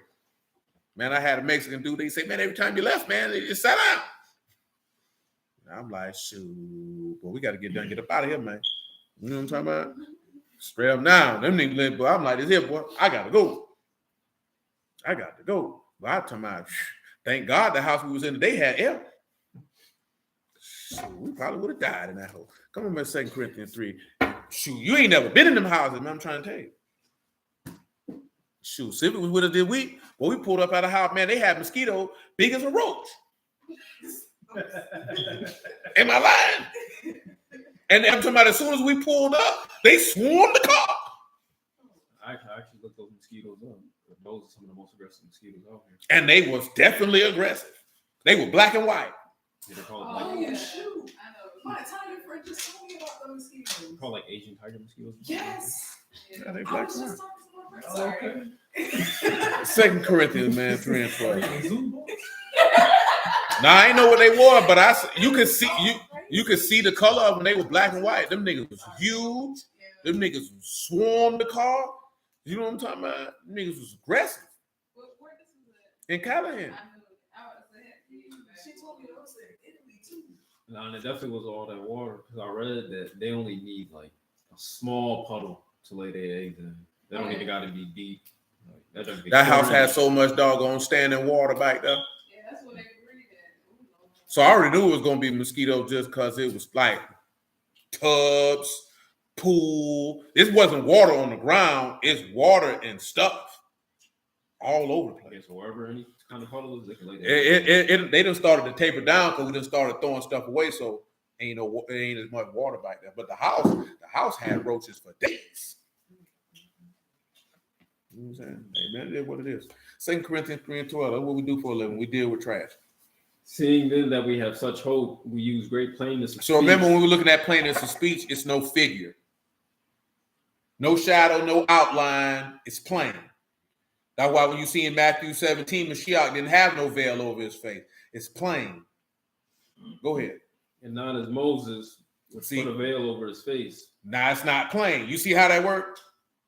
Because what does that mean? The new covenant wasn't plain when Moses had the veil on his face. Continue. That the children of Yasharal could not steadfastly look to the end of that which is abolished. They couldn't look at that. They couldn't understand that first covenant was abolished even when Moses was bringing the second one in his face shine. They were showing you this was done. Because as my brother Zadok mentioned earlier, right? Do me a favor, man. Give me Romans 4. He put just like what the text say, and you got to understand this about Yahuwah. A lot of people don't understand this about Yahuwah, but this is how Yahuwah rolls. Give me Romans 4, man. Tell me about verse 7, man. Blessed are they whose iniquities are forgiven. That's right. And whose sins are covered. Whose sins are covered. Blessed is the man to whom Yahuwah will not impute sin. No sin. This blessedness then upon the circumcision only, or upon the uncircumcision I also. think we're a little too high. I think we need to go a little lower. Let me make sure, because I don't even want you reading a whole bunch of stuff that we don't need to read. Yeah. I got you all out of pocket, sir. Come on over here to about verse 13. Romans 4 and 13. For the promise that he should be the heir of the world, Come on, I read it not like to Abraham or to his seed through the Mhm. law, but through the righteousness of faith. Through the righteousness of faith. For if they which are of the law be heirs, faith is made void. Faith promise is made. Of notice, hold none on. Read that again. What it say? Faith is made void. No, back it up from the start. Start it from For the top. they which are of the law. For they which are of the what? Of the law. Of the what? Law. Go ahead. The heirs. Be heir. So guess what? You can't be an heir if you are the law. Faith is made void. Made void. It's for nothing. Let's pause now. Did your forefathers inherit because of the law? No, they did not. They inherited that land because of the faith of Abraham. He had promised Abraham that his seed would get that land. And where? In Genesis 15, did he not? So if you are the law, you ain't no heir. Read it again from the top. For if they which are of the law be heirs, faith is made void. Made void. And the promise made of none effect. No effect. Because the law worked wrath. The law worked what? Wrath. The law worked what? Wrath. You seen that in the garden, did you not? The law worked what? Death. So that means it worked wrath. You go right back to Genesis 3 and see that. The law worked wrath. Anytime you break the law, wrath got to come. That's why you see that. That's why you know it's a faith, because when Mashiach was on the state, what it say he ain't have? No wrath. You know what I'm talking about? What you see when Yahuwah declared his name, it was no wrath. Praise God. Come on. Because the law worked wrath, for where no law is There- no transgression. So there wasn't no wrath on Adam before they broke it, did it? See, when there's no law, there's no rebellion. They couldn't rebel because they didn't know. They couldn't see. Continue. Therefore, it is a faith that it might be by grace, to the end the promise might be sure to all the seed. To all the who? Seed, Come on. not to that only which is of the law, Not only of the law, but to that which is of faith Of- of Abraham, of who Abraham, is the father of us all. father of us all, As it is written, I have made you a father of many nations. many nations. Before him whom he believed, Alahym, who quickened the dead and called those things which be not as though they were. Called those things what? Be as not as though they were. Not as though they were. who against hope believed in hope, That's right. that he might become the father of many nations. Many nations. According to that which was spoken, so shall your seed be. So shall your seed Being be. not weak in faith, he considered not his own body now dead, when he was about 100 years old, neither yet the deadness of Sarah's womb. He staggered not at the promise of Alahym through unbelief. That's good right there. I really wanted you to focus on 17. Notice what he said, that Alahym quickened the dead and called those things which be not as though they were. See, the thing with Yahuwah is, remember we were talking about last week where he said that he'd tell you things happen before they happen, that you might believe. See, Yahuwah say things that might come to pass later as if it happened right then.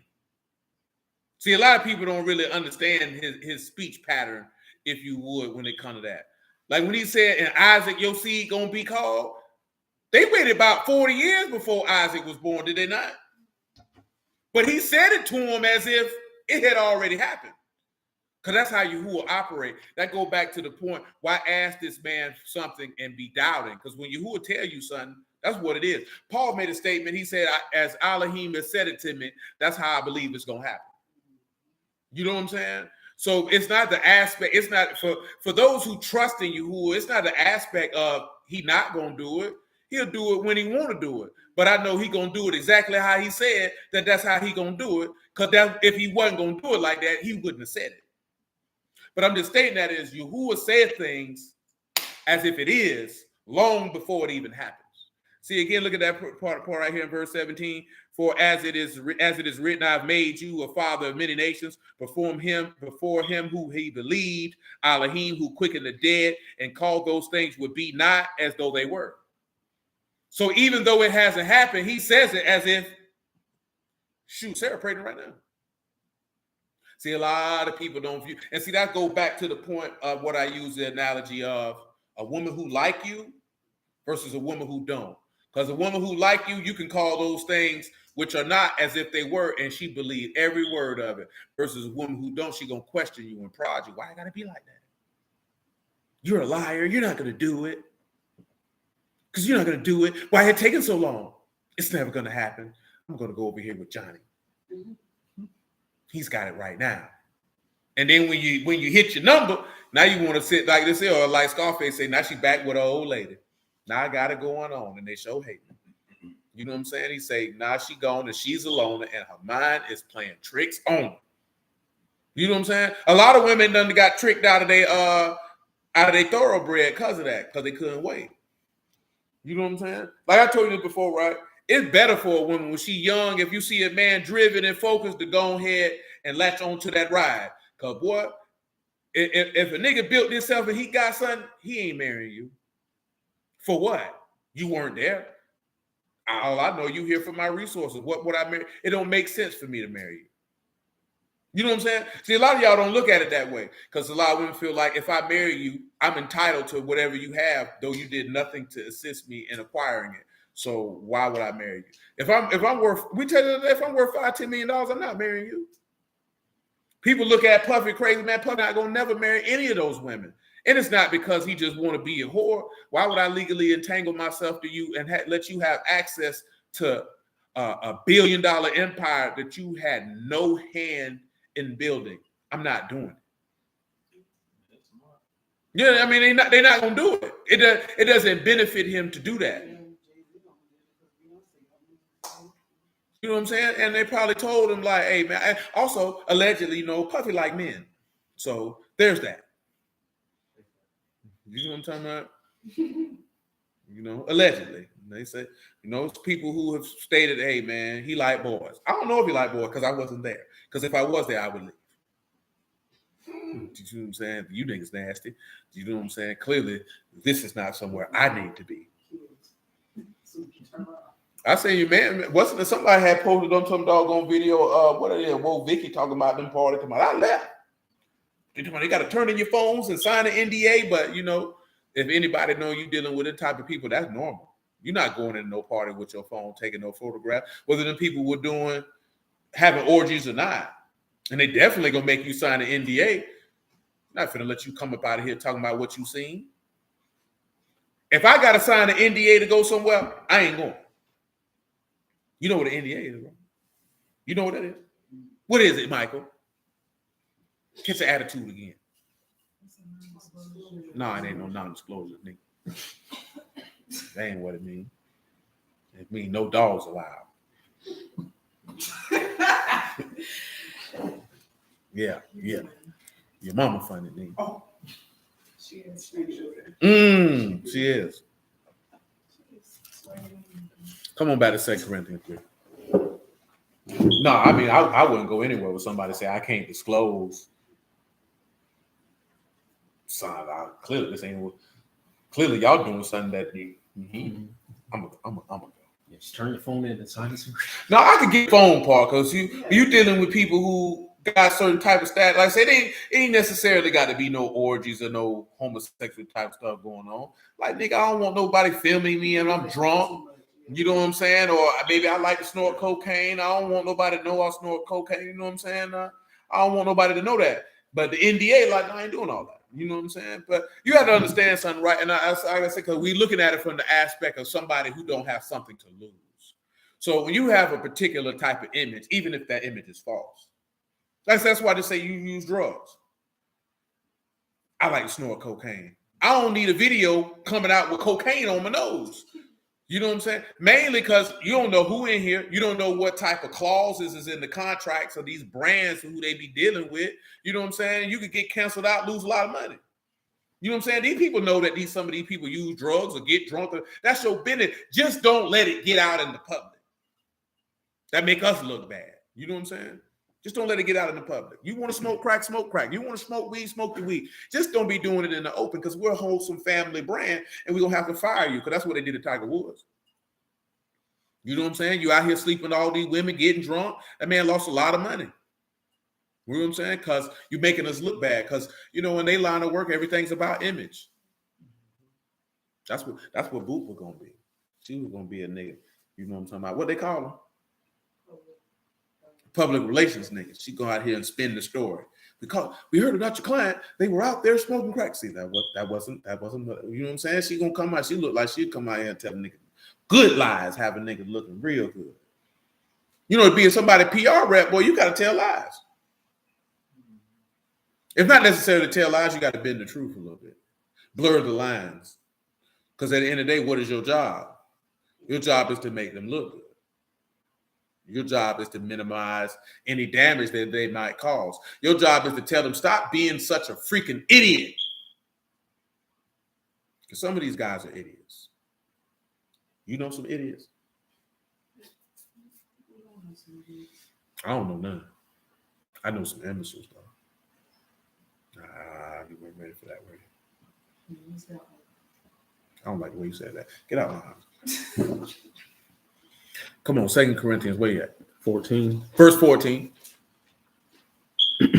But their minds were blinded. Their minds were what? Blinded. They were what? Blinded. Come on. For until this day remain the same veil untaken away in the reading of the Old Testament. You notice that? See, that veil is still on their face. So they can't see, so they can't see the figure, the actual figure, the manifestation of the figure. No more outline, no more shadow, no more mystery, no more secrets, no more nothing. Continue. Which is done away in Mashiach. But even unto this day, when Moses is read, the veil is upon their heart. Now it's on their mind. Nevertheless, when it shall turn to Yahuwah, when they turn to the Lord, away. It's going to be taken away. Now Yahuwah is that Ruach. And where the Ruach of Yahuwah is, there's liberty. There's freedom. So pause and go to John 8:28. We finna get on off of here, man. It's 11:42. I know niggas sleep, bored and slobbing. It's all good. Then said Yahushua unto them, What'd he say? When you have lifted up the Son of Man, then shall you know that I am he. Are you in John 8:28? Mm-hmm. Go ahead. And I do nothing of myself, but as my Father hath taught me, I speak these things. I speak it. And he that sent me is with me. The Father hath not left me alone. He ain't left me. For I do always those things that please him. I please him. As he spake these words, many believed on him. Many believed. Then Yahushua said to the Yahudim which believed on him, what he said? If you continue in my word, are you my disciples indeed? Yes, sir. You shall know the truth, and the truth shall make you free. That's right. They answered him, We be Abraham's seed. We be Abraham's seed. And we're never in bondage to any man. Any man. How say you shall be made free? How you gonna get free? Yahushua answered them, verily, verily, I say unto you, whosoever commits sin is a servant Is of a sin, servant of sin. and the servant abide not in the house Ishmael forever. can't live here. The son abide forever. He lived forever. The son therefore shall make you free. You shall be free indeed. You understand? Wherever the Ruach of Yahuwah is, they're free. See, if you go, and maybe we'll take a stroll through the text for that, right? I'm talking about specifically when it says that the spirit has fell on a man. You understand? Give me liberty in that 2 Corinthians 3. Tell me what it means.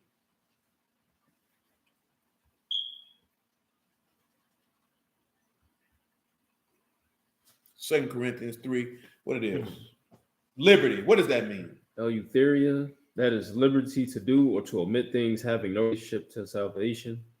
Fancied liberty, license, the liberty to do as one pleases. So when you in Mashiach, you can do as you please. And that's why you read where he say, don't take that freedom as for the cloak of maliciousness. See, in Mashiach, you can do whatever you please, as long as it's according to the will of God, if you understand what I mean. Wherever that freedom is, you free to do whatever. But it's not the whatever how we would look at it, like you can just do whatever you want. No, that's not what that means. Come back to 2 Corinthians 3, because my phone going to die, so we're going to have to get off here. Let it roll, man. But we all, verse 18. Verse 18. But we all with open face beholding as in a glass. Now give me open face by definition.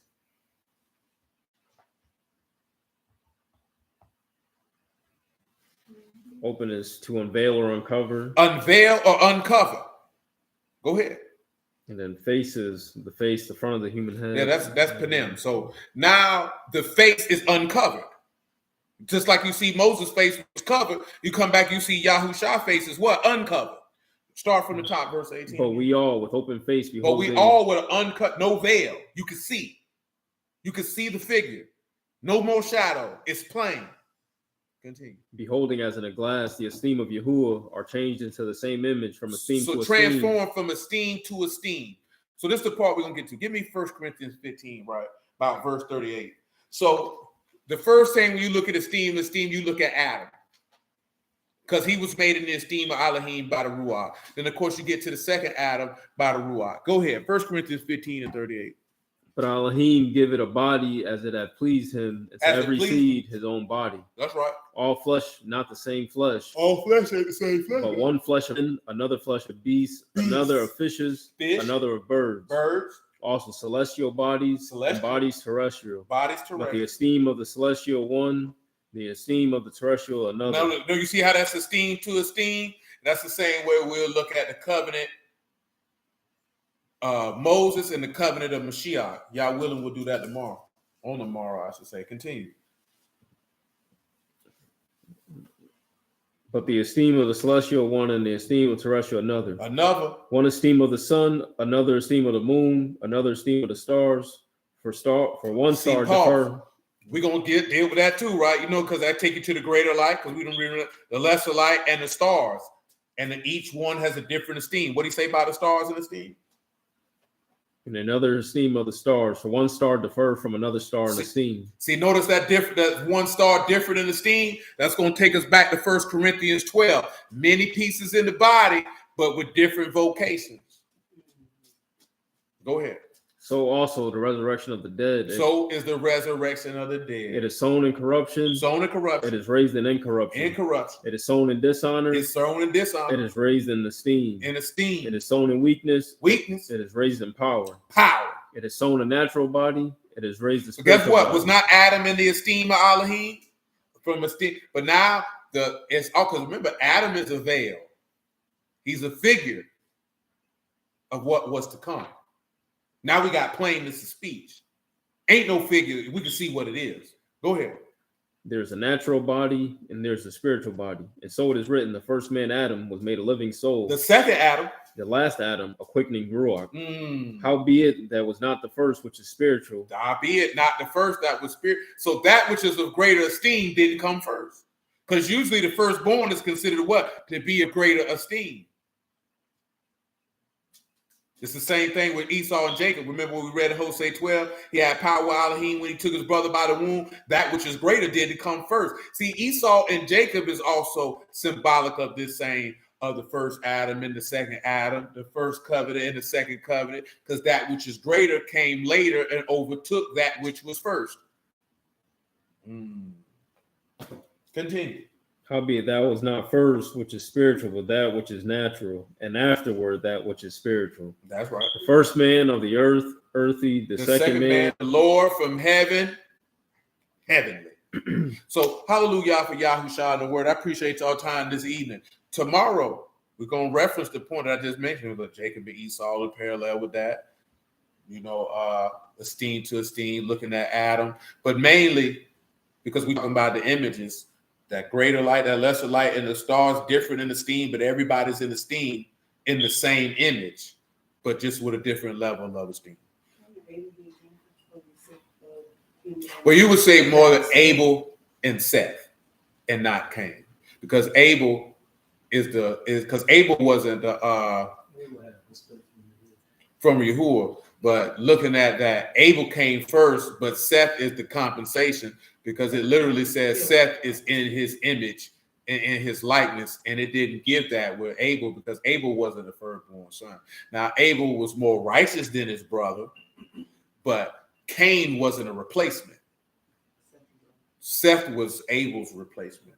So Seth excelled Abel, because it said men started calling on the name of Yahuwah when Seth had his son. You know what I'm saying?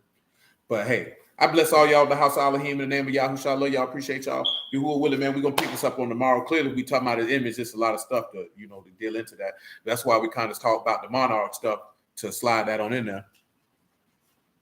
Yes, it does still show the difference between the kingdoms and the tree of life. Indeed, Taylor, indeed. And it also shows that also. So we got a lot to look at. Yahuwah willing, we'll get it all in. Again, I appreciate y'all. Bless y'all at the house of Alahym in the name of Yahushua. Remember, trumpets is 11 days away. So there you go.